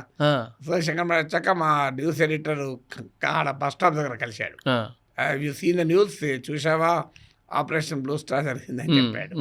సో తర్వాత నేను ఇందిరాగాంధీ అసాసినేట్ అయినప్పుడు ఫస్ట్ టైం నేను I spoke in before Doordarshan. TV కెమెరాలో మార్చుకునే ముందుకు టీవీ క్రూ వచ్చింది అప్పుడే. చేది స్టూడెంట్స్ రియాక్షన్ తీసుకుంటుంటే ఎవరు ముందుకు రాలే, నేనే ఫస్ట్ ముందుకు వచ్చి ఇందిరాగాంధీ అసాసినేషన్ పైన మాట్లాడాను. సో మేము యాక్చువల్గా ఇందిరాగాంధీ కలిసాం 83, 84లోని బీసీఏ చేసేటప్పుడే. ఆ journalist student we went to Delhi tour. Delhi టూర్లో we were the last batch of Osmania journalist students to meet Indira Gandhi. So Indira Gandhi నేను అప్పుడు ఆ రోజుల్లో ఏదో నాకు గుర్తులేదు సరిగ్గా, కానీ క్వశ్చన్ కూడా అడిగాను. సో అందువల్ల that was the incident I still remember afresh. Right. And అంటే మీరు బయట నుంచి చూసినప్పుడు యాజ్ అ జర్నలిస్ట్ కానీ యాజ్ అ లెర్నింగ్ ప్రొఫెషనల్ లాగా, అంటే ఎమ్మెల్సీ కంటెస్ట్ చేసిన తర్వాత ఏమవుతుంది అని ఒక చిత్రం ఉంటుంది కదా sir, this is what is going to happen అని. మీరు యాజ్ అ లెజిస్లేటర్ అంటే ఎమ్మెల్సీ లాగా అయిన తర్వాత what was the difference or what was that you observed? నిజంగా మీరు అనుకున్నట్టు ఉండిందా మీకు ఇచ్చిన పవర్ కానీ? Was it the same? And what was your experience? Power ఉంటుందని అనుకోలేదు కనుక పవర్ లేదని బాధపడలేదు. బాధలేదా? అసలు I knew what is legislative council. తెలియని వాడైతేనేమో అక్కడ ఏదో ఉన్నదనుకొని ఊహించుకొని పోతాడు. నాకు I know democracy how it works, I know the upper house limitations, దానికి ఉన్న కాన్స్టిట్యూషనల్ ప్రొఫైల్ ఏందో తెలుసు కనుక నేను ఎందుకు నిరాశ చెందుతాను, నాకు అవసరమే లేదు. I know the limitations of that house. అది మన ప్రజాస్వామ్యంలో ఎగువ పెద్దల సభకు ఉండే పరిమితులు తెలుసు, గౌరవం తెలుసు. అందువల్ల ఆ క్వశ్చన్ ఉత్పన్నమే కాదు, అసంతృప్తి అనేది. నేను I wanted a legislature to be at another platform to articulate people's concern. ప్రజల కన్సర్న్స్ను మీడియా ద్వారా, ప్రజా వేదికల ద్వారా, పౌర సమాజ వేదికల ద్వారా, పబ్లిక్ డొమైన్లో ఎలాగైతే నా పబ్లిక్ ఇంటెలెక్చువల్ రోల్ ప్లే చేశానో లెజిస్లేచర్లకు కూడా అదే పబ్లిక్ ఇంటెలెక్చువల్ రోల్ ప్లే చేద్దామని వెళ్ళాను. 8 ఏళ్ళు సమర్థవంతంగా ప్లే చేశాను. ఇక దాంతోనే నేనేదో పవర్ ఉంటుంది నాకు, I can decide and define and destiny of the people అని నేనేమి అనుకోలేదు కనుక నాకు ఆ బాధ కూడా ఉండదు కదా. Right. I know the limitations. Can you talk about few things అంటే మీ 8 years జర్నీలో these are the things that you could achieve అన్నది ఏమైనా మాట్లాడచ్చా? అసలు లెజిస్లేటివ్ కౌన్సిల్కి ఉండేటువంటి లిమిటేషన్స్ మనకు అర్థం కావాలి. ఎమ్మెల్సీకి ఉండే ఇప్పుడు నా కాన్స్టిట్యున్సీ 6 ఎంపీ సీట్లకు సమానం, కరెక్ట్. 45 ఎమ్మెల్యే సీట్లకు సమానం. ఏం అచీవ్ చేస్తాం? అసలు అది అచీవ్మెంట్ వేదిక కాదు, అది ఎక్స్ప్రెషన్ వేదిక. మనము చట్టసభల రూపకల్పనలో ఒక భాగస్వామి కావడం, కరెక్ట్, ప్రజల సమస్యలు లేవనెత్తడం, దానికి ఉండే పరిమితమైన అవకాశం ఇంతే. సో పబ్లిక్ డిస్కోర్స్ లో, పబ్లిక్ డిబేట్ లో యు కెన్ ఇంటర్వ్యూన్, అంతే తప్ప నువ్వు ఇప్పుడు రాజ్యసభ సభ్యులు ఇంతమంది ఉన్నారు, ఎంతమంది ఏమి దేశాన్ని ప్రభావితం చేశారని చెప్పగలరా? లేదు, ఎవరము చెప్పలేము. ఎందుకంటే you are not executive, chief minister కాదు, నువ్వు మంత్రివి కాదు. ఆఖరి నువ్వు ఎమ్మెల్యే అన్నా ఒక శాసనసభ నియోజకవర్గానికి ఒక రకంగా ఎంపరర్. ఎమ్మెల్సీకి ఏముంటుంది? I represented graduates. 45 ఎమ్మెల్యే చేయలేకపోయి నాగేశ్వర ఒక్కటి చేస్తాడా? లిమిటెడ్ గా నీకు కన్సర్న్ చెప్తాను. ఇప్పుడు ఉదాహరణకు మీకు చెప్తాను, డ్రాప్ అండ్ డ్రాప్ మిక్స్ అని వచ్చింది కదా సార్, అంటే మన కాంట్రిబ్యూషన్ ఏమి ఉండింది అన్న సెన్స్ లో అదే అంటున్నాను. ఇప్పుడు ఒక ఉదాహరణ చెప్తాను. ఎమ్మెల్సీగా నేను హైదరాబాద్, రంగారెడ్డి, మహబూబ్నగర్. నేను కౌన్సిల్లో ఎంటర్ అయ్యేంత వరకు రంగారెడ్డి జిల్లాలో ఒక డిగ్రీ కాలేజ్ లేదు, government degree college. Single 300 engineering కాలేజీలు ఉన్నాయి, 160 ఇంజనీరింగ్ కాలేజీలు. అప్పటికి ఒక్క గవర్నమెంట్ డిగ్రీ కాలేజ్ లేదు. హోమ్ మినిస్టర్స్ క్రియేట్ పెద్ద పెద్ద మంత్రులంతా ఆ జిల్లా నుంచి వచ్చారు. నేను ఎన్నికల క్యాంపెయిన్లో తిరుగుతున్నప్పుడు ఇట్ స్ట్రక్ మీ, అన్యాయం కదా అని. గవర్నమెంట్లో ఒక కౌన్సిల్లో రోజు చర్చ నడుస్తుంటే 3,300 crores రంగారెడ్డి జిల్లాలో భూములు అమ్మితే రెవెన్యూ వచ్చిందని చెప్పింది. నేను వెంటనే లేచి 3,300 కోట్లు మా జిల్లా భూములు అమ్మి సంపాదించారు కదా, 3 కోట్లు పెట్టి ఒక డిగ్రీ కాలేజ్ పెట్టలేరా అన్నారు. అంటే కౌన్సిల్ అంతా ఆశ్చర్యమైంది. రంగారెడ్డి జిల్లాలో ఒక్క గవర్నమెంట్ డిగ్రీ కాలేజ్ లేకపోవడం ఏంటది, నోబడీ న్యూ దట్ ఆల్సో. అప్పుడు నేను కౌన్సిల్లో హెచ్చరించాను, మీరు గనక రంగారెడ్డి జిల్లాలో ఒక ప్రభుత్వ డిగ్రీ కాలేజ్ పెడతామని ప్రకటించకపోతే నేను రిజైన్ చేసి వెళ్ళి ట్యాంక్ బండ్ మీద సర్వేపల్లి రాధాకృష్ణ విగ్రహం ముందు నిరాదీక్ష కూర్చుంటాను అని ఓపెన్ కౌన్సిల్లో ఛాలెంజ్ చేశాను. చేసిన 35 minutesలో రోషయ్య గారు వెళ్ళి రాజశేఖర రెడ్డితో మాట్లాడి he came back to the council and said మేము రాష్ట్ర ప్రభుత్వం ప్రకటిస్తుందని. అప్పటి వరకు గవర్నమెంట్ పాలసీ ఉండే గవర్నమెంట్ డిగ్రీ కాలేజ్ పెట్టకూడదని. That policy was changed. So దాని తర్వాత మొత్తం ఉమ్మడి ఆంధ్రప్రదేశ్లో 100 డిగ్రీ కాలేజ్. అంటే అప్పటిదాకా ఒక సీలింగ్, గవర్నమెంట్లో డిగ్రీ కాలేజ్ ఇక్కడ పెట్టకూడదు అని. ఒక్క రంగారెడ్డి జిల్లాలో డిగ్రీ కాలేజ్ సాధించానన్న సంతృప్తితో పాటు ఎంటైర్ ఉమ్మడి రాష్ట్రంలో 100 డిగ్రీ కాలేజీలు సాధించాను. 100. ఇంకో ఉదాహరణ చెప్తాను.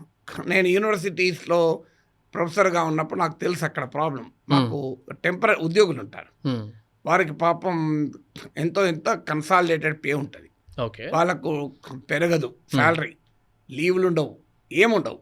సో వాళ్ళను టైమ్ స్కేల్ ఎంప్లాయీస్ యాక్చువల్గా పర్మనెంట్ చేయాలని కొట్లాడాం, అది సాధ్యం కాలే. టైమ్ స్కేల్ అంటే వారికి బెటర్ శాలరీస్ ఇచ్చారు. ఒక ఉస్మానియాలోనే ఒక 1,500 మందికి బెనిఫిట్ అయింది. మొత్తం రాష్ట్రం మొత్తం మీద కొన్ని వేల మందికి బెనిఫిట్ అయింది. ఒక రెండో ఉదాహరణ చెప్పాను. అంటే ఒక కౌన్సిల్లో చేసిన కృషి వల్ల కొన్ని వేల మంది విశ్వవిద్యాలయ నాన్ టీచింగ్ స్టాఫ్కు నీకు శాలరీస్ పెరిగి వాళ్ళ జీవితాల్లో కాస్త మెరుగైన వాతావరణం వచ్చింది కదా. మూడో ఉదాహరణ చెప్తాను. హైదరాబాద్ ఏ కేటగిరీ స్టేటస్ అప్పటికే రీచ్ అయింది, కానీ అన్ఫార్చునేట్లీ ఎవరు పట్టించుకోలేదు. ఏ కేటగిరీ స్టేటస్ అంటే వారికి 30% హెచ్ఆర్ఏ ఉంటుంది. So employees.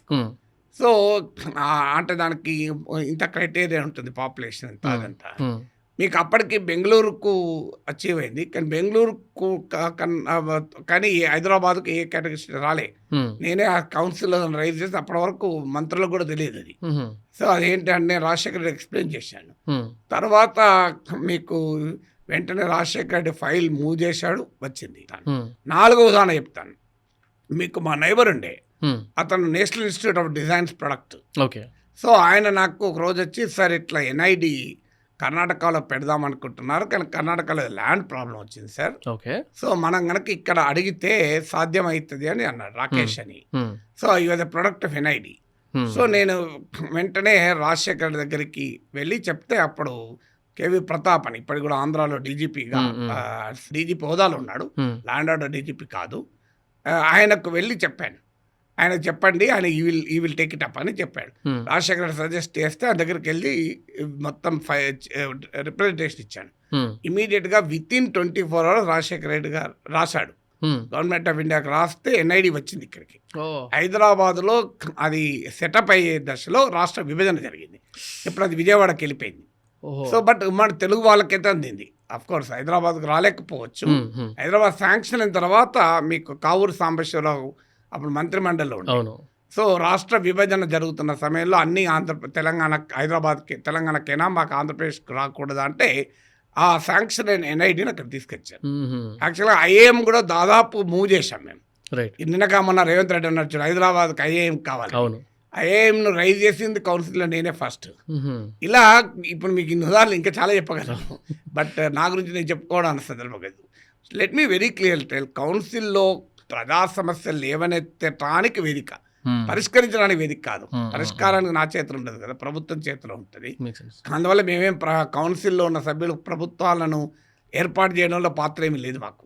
ఎమ్మెల్యేల కంటే governments they can form and they can remove governments. ఎమ్మెల్సీలకు ఏముంటుంది, పెద్ద మనుషులు అంతే. సో ఆ పెద్దరికాన్ని ఉపయోగించుకొని ఎంతో కొంత what ever very little contribute అని చేయగలుగుతాం కదా. రైట్.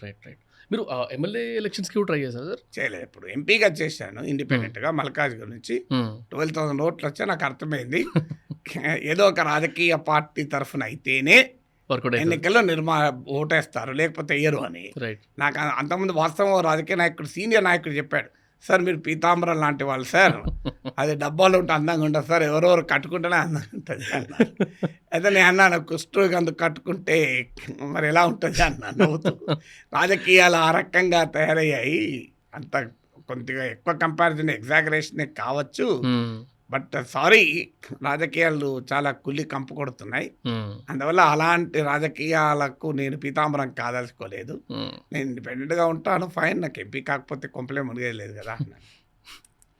సార్, ఇది రిజర్వేషన్ అనే ఒక కాన్సెప్ట్ జనరల్గా కొంచెం సెన్సిటివ్ టాపికే. కాకపోతే 1947 అంటే మనకి కాన్స్టిట్యూషన్ వచ్చిన అప్పుడు ఫిక్స్ చేసిన ఈ రిజర్వేషన్ అనే ఒక కాన్సెప్ట్ని ఇవాళ కొంతమంది అపోజ్ చేస్తారు, కొంతమంది మార్చాలంటారు, కొంతమంది చేంజెస్ తీసుకొని రావాలి, కొంతమంది అసలు ఉండకూడదు అంటారు.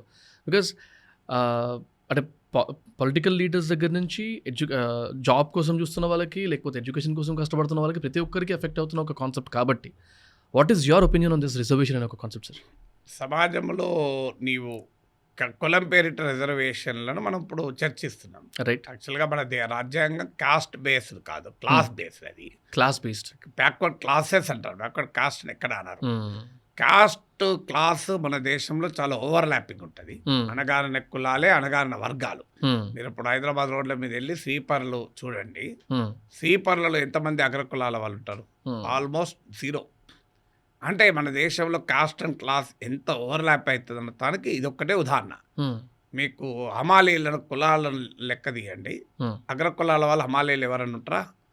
So that shows how cost and class, lower cost ఎలా ఓవర్లాప్ అవుతుందో దానికి నిదర్శనం. సో రిజర్వేషన్ల అమల్లో చాలా లోపాలు అన్నమాట నిజం. ఐఏఎస్ ఆఫీసర్ కొడుకు రిజర్వేషన్ ఎందుకు? Yes, correct.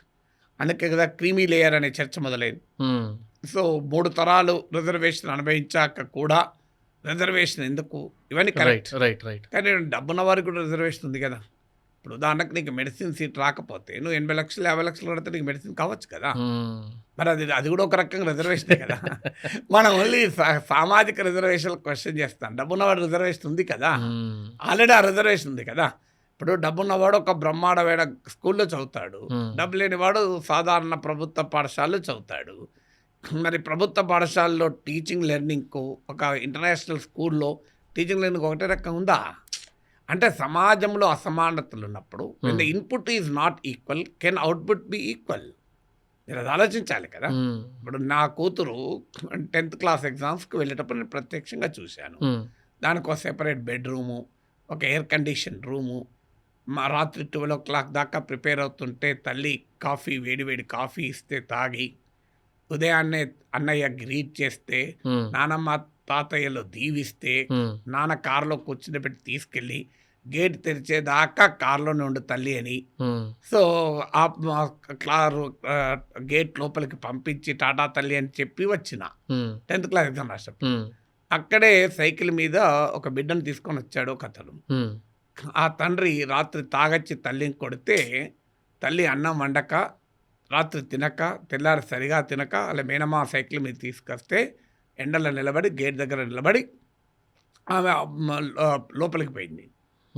ఇద్దరు ఒకే పరీక్ష రాస్తున్నారు. రైట్. క్వశ్చన్ పేపర్ ఒకటే, ఆన్సర్ ఒకటే ఉండగలదా? నా కూతురుకున్న లగ్జరీ ఫెసిలిటీ ఆ బిడ్డకుందా? మరి ఈ అసమానతలు ఉన్నప్పుడు మన రిజర్వేషన్ అంటే ఇది రిజర్వేషన్ కాదా? నా బిడ్డకు car reservation, separate bedroom reservation, air condition ఇల్లు, రీడింగ్ రూమ్ రిజర్వేషన్, ఇవన్నీ రిజర్వేషన్ నా బిడ్డకు లేవా? మరి ఇవన్నీ ప్రివిలేజెస్ కావాలి. రిజర్వేషనే ప్రివిలేజ్ అని అనుకుంటాం, ఈ ప్రివిలేజెస్ కాదా? ఆ తల్లికి పేద బిడ్డకు ఏ ప్రివిలేజ్ ఉంది? లేదు కదా. అందువల్ల మిస్యూజ్ అవుతుంది రిజర్వేషన్ అనేది నిజం, దాంట్లో డిస్ప్యూట్ లేదు. దాన్ని మార్చాలనేది నిజం. కానీ రైట్ టు ఈక్వాలిటీ అనేది ఆర్టిఫిషియల్గా సాధ్యం కాదు. అందుకే రాజ్యాంగం ఏం చెప్పిందంటే పాజిటివ్ డిస్క్రిమినేషన్, సానుకూల వివక్ష ఇది. ఎందుకంటే మన రాజ్యాంగంలోనే caste, class, religion, colour, creed, gender ఏ రకమైన డిస్క్రిమినేషన్ ఉండొద్దని ఉంటుంది. మరి రిజర్వేషన్ ఎట్లున్నాయంటే అదే సుప్రీంకోర్టు అనేక తీర్పుల్లో చెప్పింది. That is a positive discrimination. అంటే రైట్ టు ఈక్వాలిటీని అమలు చేయటానికి అన్ఈక్వల్స్ మధ్య ఈక్వల్ కాంపిటీషన్ సాధ్యం కాదు కనుక you support the unequal to make him equal, him or her equal. అందువల్ల ఫిలాసఫికల్లీ రిజర్వేషన్స్ కరెక్ట్. అమలు చేసే క్రమంలో చాలా లోపాలు ఉన్నాయి, దాంట్లో డిస్ప్యూట్ లేదు. That has to be change. ఎందుకంటే ఇప్పుడు అగ్రకులాల్లో కూడా చాలా మంది పేదలు ఉన్నారు. మరి వాళ్ళు కులంలో పుట్టడమే వాళ్ళు చేసిన తప్పు కాదు కదా. So they have no right over birth కదా. నేను ఏ కులంలో పుట్టాలని నాకేం లేదు ఆప్షన్. సో అందువల్ల ఆ అగ్రకులాల పేద బిడ్డలు కూడా అన్యాయానికి గురవుతున్నారు. అందువల్ల మనం దాన్ని అడ్రస్ చేసేటప్పుడు సామాజిక న్యాయం ఆ కోణంలో చూసినప్పుడు మిస్యూజ్ ఆపాలనేది డౌట్ లేదు. కానీ అసలు మొత్తానికి ఫిలాసఫికల్గా రిజర్వేషన్ తప్పు అనేది కరెక్ట్ కాదు. రైట్. సార్, ఇది నేను ఫస్ట్ టైం విన్నప్పటి నుంచి నాకు కొంచెం ఇదేంటి నిజంగా ఇట్లా ఉంటుందా అనే ఒక పాయింట్ అనమాట. ఇది ఈ దళిత బంధు అనే ఒక స్కీమ్ ఏదైతే వచ్చిందో, ఆ పాలసీ ఏదైతే అనౌన్స్ చేశారో, అది మేజర్గా కూడా హుజూరాబాద్ ఎలక్షన్స్ కోసం చేశారు. ఆ బై ఎలక్షన్స్ కోసమే ఇదంతా అయింది అనే ఒక న్యూస్ బయటకు బాగా ప్రచారమైనప్పుడు న్యాచురల్లీ దట్స్ వాట్ కోఇన్సిడెన్సెస్ చూసినా కూడా ఆ టైంలో చూసుకున్నా కూడా అంటే మేనిఫెస్టోస్ క్రియేట్ చేసేటప్పుడు అంటే ఫ్యామిలీకి 15 లక్షల రూపాయలు ఇస్తా అనే ఒక హామీ ఒక చిన్న బై ఎలక్షన్స్ కోసం చేసేంత ఉంటుందా? అంటే అంత ప్రెస్టీజియస్కి తీసుకుంటారా మేనిఫెస్టోస్ చేసుకునేటప్పుడు అని ఒక డౌట్ వచ్చింది. సో దాన్ని కొంచెం జర్నలిస్టిక్గా మాట్లాడితే పొలిటీషియన్స్ వాళ్ళ మేనిఫెస్టోస్ని డిజైన్ చేసేటప్పుడు ఎలాంటి థాట్ ప్రాసెస్ ఉంటుంది మీ దృష్టిలో? అసలు ఎలా ఉండాలి? అంటే బై ఎలక్షన్స్ కొరకు దళిత బంధు పెడితే తర్వాత ఎందుకు కట్ చేస్తారు? అది కాదు, వాళ్ళు పెట్టదలుచుకున్నారు. That was a proper timing అనుకోవచ్చు అంతే తప్ప దళిత బంధు స్కీమ్ పెట్టదలుచుకున్నప్పుడు అది హుజూరాబాద్ బై ఎలక్షన్ అప్పుడు పెడితే లాభం అవుతుంది. Huzurabad by election was so prestigious, 81st గెలవాలని ఆడ సర్వశక్తులు వడ్డాడు కేసీఆర్. అందువల్ల దాని కొరకే స్కీమ్ పెడితే మరి హుజూరాబాద్ ఎలక్షన్ తర్వాత కూడా అది కంటిన్యూ చేశారు. అందువల్ల అది కరెక్ట్ కాదు. పొలిటికల్ పార్టీస్ మేనిఫెస్టోలు చూసి ప్రజలు ఓట్లేస్తున్నారు. ఆ ఫస్ట్ పాయింట్. ఏదో సాంప్రదాయబద్ధంగా మేనిఫెస్టో ఉండాలి కనుక ఉంటుంది. అల్టిమేట్గా మొత్తం మేనిఫెస్టోలో ఏముంటుంది, మీకు పథకాల నుంచి పర్యావరణం వరకు అన్నీ ఉంటాయి. సో అందులో పర్యావరణం గురించి ఏమన్నాడు అని గురించి చూసి ఓట్లేస్తారా ఎవరైనా? అల్టిమేట్గా పబ్లిక్ డొమైన్లో నాయకుల ప్రసంగాల ద్వారా నాయకులు పబ్లిక్ డొమైన్లో ఏ రకమైన ఆ ప్రామిస్ చేస్తున్నారనే దాన్నే మేనిఫెస్టో అవుతుంది. రిటర్న్ మేనిఫెస్టో ఉంటుంది, కానీ రిటర్న్ మేనిఫెస్టో చూసి ప్రజలు ఓటేసే దశలో ఎప్పుడో పోయారు. అల్టిమేట్గా మీకు మౌఖికంగా ఓరల్గా నాయకులు ఉపన్యాసాలు ఏం చెప్తున్నారు, టీవీలో డిబేట్లలో మీడియా ద్వారా సోషల్ మీడియా ద్వారా ఏమొస్తున్నాయి, దట్ మేక్స్ ద డిఫరెన్స్ తప్ప ultimately manifesto boils down to few schemes. But of course మేనిఫెస్టోలో ఉన్నది కదా సార్ వాళ్ళు మాట్లాడేది, అంటే డిజిటల్ ఫుట్‌ప్రింట్లో ఆబ్వియస్లీ ఉండేదే. కానీ మేనిఫెస్టో ఇది ఎంటైర్ పాలసీ స్టేట్మెంట్ కదా. అసలు మేనిఫెస్టో కూడా పెద్ద తేడా ఉండవు. మీరు కవర్ పై తీసేస్తే చాలా పార్టీలు ఏ పార్టీ మేనిఫెస్టో గుర్తుపట్టడం అంత ఈజీ కాదు. అంటే కాదు, పేర్లు పెట్టుకుంటారు కదా సార్, సూపర్ 6 అని ఒకటి, అదే ఇంకోటి. అంటున్నా. మీరు అల్టిమేట్గా మేనిఫెస్టో అనే దాంట్లో అన్నీ ఉంటాయి. అందులోకి వెళ్ళి కొన్ని Headlines మారుతాయి. స్లోగన్స్ గా పెట్టుకుంటారు, రైట్ రైట్ రైట్. స్కీమ్స్ గా పెట్టుకుంటారు. అంతే తప్ప మీకు కొన్నిటికి పేర్లు కూడా మారుస్తారు. ఇప్పుడు జగన్మోహన్ రెడ్డి అమ్మ ఒడి అంటే తల్లికి వందనం, అవును. ఆయన రైతు భరోసా అంటే ఈయన అన్నదాత సుఖీభవ. సో అల్టిమేట్గా పేర్లు మారుతాయి అంతే. ఇప్పుడు Congress party Mahatma Gandhi national rural employment guarantee programme అంటే ఇప్పటిదాకా దాన్ని ఇప్పుడు జీ రామ్ జీ అన్నారు. సో ఇలా పేర్లు మారుస్తుంటాయి. కొన్నేమో నీకు స్కీమ్ కొత్తవి చెప్తుంటారు. అందువల్ల అల్టిమేట్లీ మేనిఫెస్టోలు చూసి ప్రజలు ఓట్లేరు. మేనిఫెస్టోలు అనేది it makes very big difference ఉండదు. దాని నుంచి వచ్చిన పథకాలు ప్రామిసెసే మేజర్గా ఉంటాయి. కానీ వాలిడేషన్ ఆఫ్ మేనిఫెస్టో అనే ఒక కాన్సెప్ట్ గురించి మాట్లాడితే, అంటే కొన్ని నిజంగా పాసిబులా అనే ఒక పెద్ద క్వశ్చన్ మార్క్ తీసుకొస్తుంది. ఇన్ని వందల కోట్లు, ఇన్ని వేల కోట్లు పెట్టడానికి అసలు స్కోప్ ఉందా? ఇష్టం వచ్చినట్టు ప్రామిసెస్ చేసేస్తున్నారని ఒక క్వశ్చన్ వచ్చినప్పుడు, so what do you feel sir? అంటే మేనిఫెస్టోని ఇలా వ్యాలిడేట్ చేసుకోవాలి, చూసేటోడు కానీ చెప్పేటోడు కానీ. అసలు మేనిఫెస్టోని రాజకీయ నాయకులే సీరియస్గా తీసుకోకపోతే మనం ఏదో సీరియస్గా తీసుకోవాలి దాని మీద. అల్టిమేట్గా ప్రామిస్ కదా సార్, అది ప్రామిస్ చేసి వస్తున్నట్టు కదా. ప్రామిసెస్ అందుకే మేనిఫెస్టో ఇస్ డిఫరెంట్ ఫ్రమ్ పథకాలు, promises. Manifesto is a policy statement or a very wide range of subjects. ఒక పథకాలే ఉండవు. మీరు పథకాలని మేనిఫెస్టోని కన్ఫ్యూజ్ కాకూడదు. పథకాలు అనేది వేరు, మేనిఫెస్టో వేరు. మేనిఫెస్టో అంటే ఇప్పుడు నేషనల్ పార్టీ అంటే foreign policy, national security, environment నుంచి మొదలు పెట్టుకొని everything will be there. Manifesto is different from actually what political parties are presenting before the electorate is different. అందులో భాగమే ఉంటాయి, కానీ అందులో ఉండే ఒక చిన్న పాయింట్ ఏదో ఉంటుంది. So manifesto is a larger policy statement. దాని నుంచి కొన్ని ప్రామిసెస్, ప్రజలను అట్రాక్ట్ చేసే స్కీమ్సే కావచ్చు, ప్రామిసెస్ కావచ్చు, అదే పబ్లిక్ డొమైన్లో తిరుగుతూ ఉంటాయి. మేనిఫెస్టో చూసి మీడియా చర్చించేది ఉండదు, మేనిఫెస్టో చూసి ప్రజలు ఓటేసేది ఉండదు. సార్ ఇంకోటి జనరల్గా అంటే చెప్తా ఉంటారు కదా, పొలిటికల్ అనలిస్టులు కానీ లేకపోతే పాలిటిషియన్స్ కానీ, అపోజిషన్ రూల్ అనేది చాలా important. Because they make a lot of దాని ఏమంటారు ప్రెషర్ తీసుకురాగలుగుతారు, లేకపోతే చేంజెస్కి వాళ్ళే one of the major contributors అనే ఒక మాట ఏదైతే అంటారో, ఇండియా లెవెల్లో ఆర్ స్టేట్ లెవెల్, మన Indian Telangana or Andhra Pradesh state లెవెల్లో అసలు అపోజిషన్కి అంత పవర్ ఉంటుందా? సెంట్రల్లో కూడా చెప్పండి. అపోజిషన్కి పవర్ ఏముండదు, రెస్పాన్సిబిలిటీ. ఐ మీన్ పవర్ అంటే వాళ్ళకి వాయిస్ ఇవ్వగలుగుతున్నారా అని.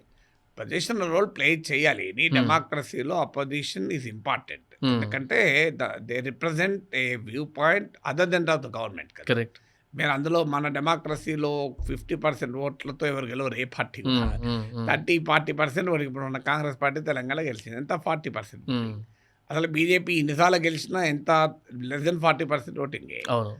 మీకు ఎన్డీఏ కలిపితే 40% దాటి 50% కూడా రావచ్చు కొన్నిసార్లు కొన్ని చోట్ల. కానీ దెర్ ఆర్ మెనీ టైమ్స్ 30-40% మధ్యలో ఓటింగ్తో కూడా గెలుస్తుంటారు. దాని అర్థం 60% వద్దనుకున్నట్టే కదా, అంటే మిగతా % వద్దన్నట్టే కదా.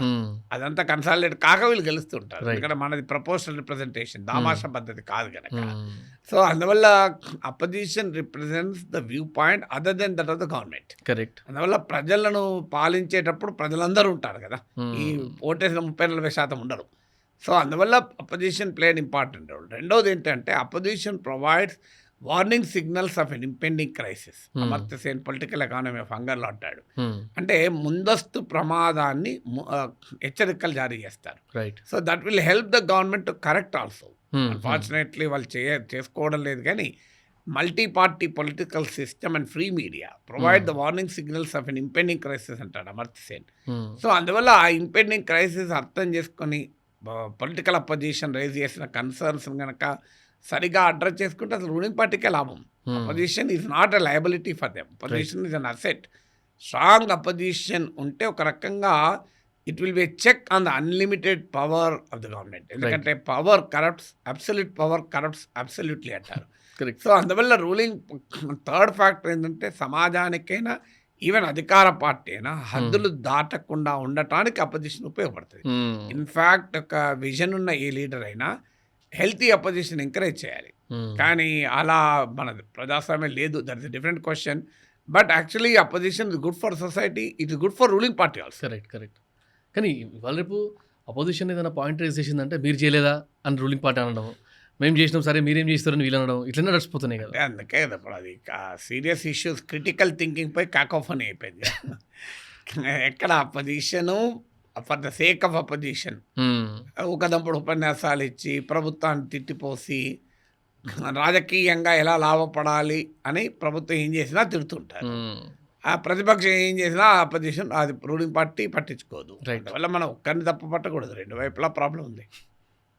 ఇంకోటి సార్, అంటే అప్పట్లో పాతకాలంలో కొన్ని కమ్యూనిటీస్కి సంబంధించిన రాజులు లేకపోతే కొన్ని రిలీజన్కి సంబంధించిన రాజులు వంశ పారపర్యంగా వచ్చే ఆ రాజులందరూ జనరల్గా కూడా వాళ్ళు కింగ్డమ్ అంటే రాజు అవ్వగానే పాత హిస్టరీని మొత్తం మార్పిచ్చేసి వాళ్ళకి అనుకూలంగా మార్పించుకోవడం అది బాగా అలవాటు అప్పట్లో అని చెప్పి వింటూ వచ్చాను నేను. సేమ్ వే ఇప్పుడు సీఎంస్ మారుతున్న కొద్దీ పాత సీఎం చేసిన ఆనవాళ్ళు తీసేద్దామని, లేకపోతే పేర్లు మార్చేద్దామని, పథకాల పేర్లు మార్చేయడం, లేకపోతే ఎయిర్పోర్ట్ల పేర్లు, లేకపోతే కొన్ని పెద్ద పెద్ద దాన్ని ఏమంటారు ఇన్ఫ్రాస్ట్రక్చర్ వాటి పేర్లు మార్చేయడం, ఇవి నడుస్తూ ఉంటాయి. ఈ ట్రెండ్ నడుస్తూ ఉంది కదా, దీని మీద మీ ఒపీనియన్ సార్? అంటే విక్టర్స్ రైట్ ద హిస్టరీ అంటారు కదా, గెలిచిన వారి చరిత్ర లెక్కిస్తుంటారు. అంటే నెక్స్ట్ వచ్చేది రాయాలి కానీ ఉన్నదాన్ని మార్చొద్దు కదా సార్. ఉన్నదాన్ని మార్చకూడదు, న్యాయంగా ఇంకోటి పెట్టుకోవచ్చు. కానీ ఏమవుతుందంటే కాంపిటేటివ్ పాలిటిక్స్ వచ్చాక రాజకీయ పార్టీలు తమ బ్రాండ్గా దాన్ని వాడుకుంటూ ఉంటారు. అంటే ఇప్పుడు మీకు ఉదాహరణకు కాంగ్రెస్ ఉందనుకోండి, రాజీవ్ రహదారి, రాజీవ్ ఆఖరికి ఈవెన్ పబ్లిక్ లాటరీస్ కట్టినా దానికి రాజీవ్ బహిర్భూమి అని పేరు పెట్టుకుంటారు, రాజీవ్ ఆరోగ్యశ్రీ. సో అలా పేరు పెట్టుకున్న తర్వాత సుభాష్ చంద్రబోస్ పేరు ఎక్కడ పెట్టినరా, భగత్ సింగ్ పేరు పెట్టినరా, బాలగంగాధర్ తిలక్ పేరు పెట్టినరా, గాంధీ మహాత్మ పేరు ఒక్కదానికి ఉన్నదంతే, ఉపాధి హామీ. లేదా జవహర్లాల్ నెహ్రూ, ఇందిరాగాంధీ, రాజీవ్ గాంధీ. మీరు ప్రభుత్వం అంటే కేవలం వీళ్ళు ముగ్గురే కాదు కదా, దేశానికి ఎంతోమంది గొప్ప సేవలు చేశారు కదా, మరి వాళ్ళ పేర్లు పెట్టలేక హోమీజే బాబా పేరు, మీకు ఎంఎస్ స్వామినాథన్ పేరు, ఎంఎస్ స్వామినాథన్ రైతు బంధుని పెడతారా? పెట్టరు కదా, వైఎస్ఆర్ రైతు భరోసా అని పెడతారు. అట్లా అందువల్ల రాజకీయ పార్టీలు ప్రభుత్వాలు చేసే పనులకు తమ పొలిటికల్ బ్రాండ్ పెట్టుకున్నప్పుడు మిగతా వాడు వచ్చి మార్చుకోకపోతే ఏం చేస్తాడు చెప్పండి? వాళ్ళ పొలిటికల్ బ్రాండ్ తీసి వీళ్ళ పొలిటికల్ బ్రాండ్ పెట్టుకోవాలి కదా. ఇప్పుడు మీకు ఉదాహరణకు ఉపాధి హామీ పథకం ఉంది, ఆఖరికి మహాత్ముని పేరు, ఆయనది ఏ పార్టీ కాదు కదా, అది కూడా బీజేపీ మార్చేసింది కదా. ఎందుకు? గాంధీజీ పట్ల వ్యతిరేకత. మీకు నెహ్రూను ఆల్రెడీ అటాక్ చేస్తున్నారు, మొదటి ఇందిరాగాంధీ పైన అటాక్ చేశారు, అది ప్రజలు అంగీకరించారు. ఎందుకంటే ఇందిరాగాంధీ ఎమర్జెన్సీ కాంటెంపరీ పొలిటికల్ హిస్టరీలో ఇందిరాగాంధీకి ఉన్న కాంట్రవర్షియల్ రూల్ రీత్యా. ఇక నెక్స్ట్ పడ్డారు జవహర్లాల్ నెహ్రూ పైన. ఇప్పుడు నెహ్రూ క్యారెక్టర్ను మొత్తం అసాసినేట్ చేసి పడేస్తున్నారు. ఇక నెక్స్ట్ జరగబోయేది గాంధీది. మీకు దాని మీద ఒపీనియన్ ఏంటి సార్? అది అన్యాయం కదా. ఇప్పుడు చరిత్రలో మనము గుర్తుంచుకోవాలి, ఎప్పుడు కూడా ఒక పొలిటికల్ వ్యూ పాయింటే కరెక్ట్ ఉండాల్సిన అవసరం లేదు కదా. నేషనల్ బిల్డింగ్కు వివిధ రూపాల్లో కంట్రిబ్యూట్ చేసిన మహానుభావులను మనం కేవలం పొలిటికల్ పార్టిజాన్ గ్లాసెస్ నుంచి చూసి, అది కూడా 50 ఏళ్ల క్రితం 60 ఏళ్ల క్రితం అప్పుడున్న పరిస్థితుల్లో వారు అనుసరించిన పద్ధతుల్ని ఇప్పుడు ఆలోచించి విమర్శిస్తే అది ఎవరైనా చేయొచ్చు. ఇప్పుడు వాజ్పేయి కార్గిల్ యుద్ధ సమయంలో ఎందుకని సరిహద్దు దాటి పాకిస్తాన్ సంగతి తేల్చలేదంటే ఆన్సర్ ఉంటుందా? సో మరి ఇందిరాగాంధీ ఏకంగా పాకిస్తాన్ రెండుగా విడగొట్టి బంగ్లాదేశ్ క్రియేట్ చేసింది కాంగ్రెస్ పార్టీ, మరి వాజ్పేయి ఎందుకు చేయలేదు కార్గిల్ టైంలో అని అడిగిన వాళ్ళకి ఆన్సర్ ఉంటుందా? అప్పుడున్న పరిస్థితులు ఇప్పుడున్న పరిస్థితుల ప్రకారం చేస్తారు. We should never denigrate national heroes. ఎవరు అయినా, గాంధీ అయినా, the national heroes.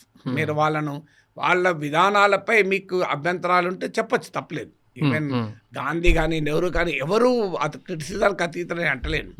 But point is criticism వేరు, మీరు క్యారెక్టర్ అసాసినేషన్ వేరు. ఈ దేశంలో ఉన్న అన్ని సమస్యలకు నెహ్రూయే కారణమని చేస్తున్నారు. ఇప్పుడు గాంధీ మహాత్ముని పేరు మార్చారు, మార్చి ఏం చేశారు? దాన్ని రామును పేరు వచ్చేలా రామ్జీ అన్నారు. Guaranteed Rozgar and Ajeevika mission Gramin. ఎంత కష్టపడాల్సి వచ్చింది రాముని పేరు తేవటానికి. రాముని పేరు ఎన్నో బ్రహ్మాండమైన 100 పథకాలు పెట్టి అభ్యంతరమేం లేదు. దేశంలో రాముని పూజించని వాడెవరు ఉంటారు? కానీ గాంధీ మహాత్ముని పేరు తీసి రాముని పేరు పెడితే రాముడు కూడా ఒప్పుకోడు కదా. ఇక్కడ గాంధీ మహాత్ముడు చనిపోతూ కూడా చివరి నినాదం ఏంటి? హే రామ్ అని నినాదిస్తూ చనిపోయాడు కదా. గొప్ప రామభక్తుడు గాంధీ మహాత్ముడు. అలాంటి గాంధీ మహాత్ముని పేరు తీసి రాముని పేరు పెట్టి రాముని పేరిట రాజకీయం పరాకాష్ఠ తీసుకెళ్తే ఏ పార్టీ చేసినా తప్పే కదా. నేను ఇప్పుడు మీరు కాంగ్రెస్ పార్టీ చేసిన తప్పు కూడా చెప్పాను కదా మీకు. హ్మ్. అన్నిటికీ రాజీవ్ గాంధీ పేర్లు పెట్టుకొని హ్మ్. ఇతర నేషనల్ హీరోస్ ఎవరూ లేనట్టు హ్మ్. మీకు కాంగ్రెస్ పార్టీ ఇన్ని దశాబ్దాలు పాలించింది. ఏదన్నా ఒక్కదానికి భగత్ సింగ్ పథకం ఉందా? సుభాష్ చంద్రబోస్ పథకం ఉందా?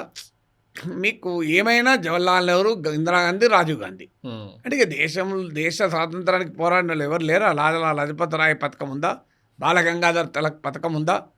మీకు ఎవ్వరు పథకాలు ఉంటాయి కదా చూడండి. ప్రకాశం పంతులు పథకం ఉందా? హుహు. అల్లూరి సీతారామరాజు పథకం మీకు ఎప్పుడైనా కనబడదా? అసలు ఏంది ఇది అన్యాయం? మరి ఇక దేశానికి ఎవరు గాంధీ కుటుంబం తప్ప ఎవరు ఏం చేయలేదా? ఇక బీజేపీ వచ్చాక వీళ్ళకి నెహ్రూ అవసరం లేదు, గాంధీ అవసరం లేదు.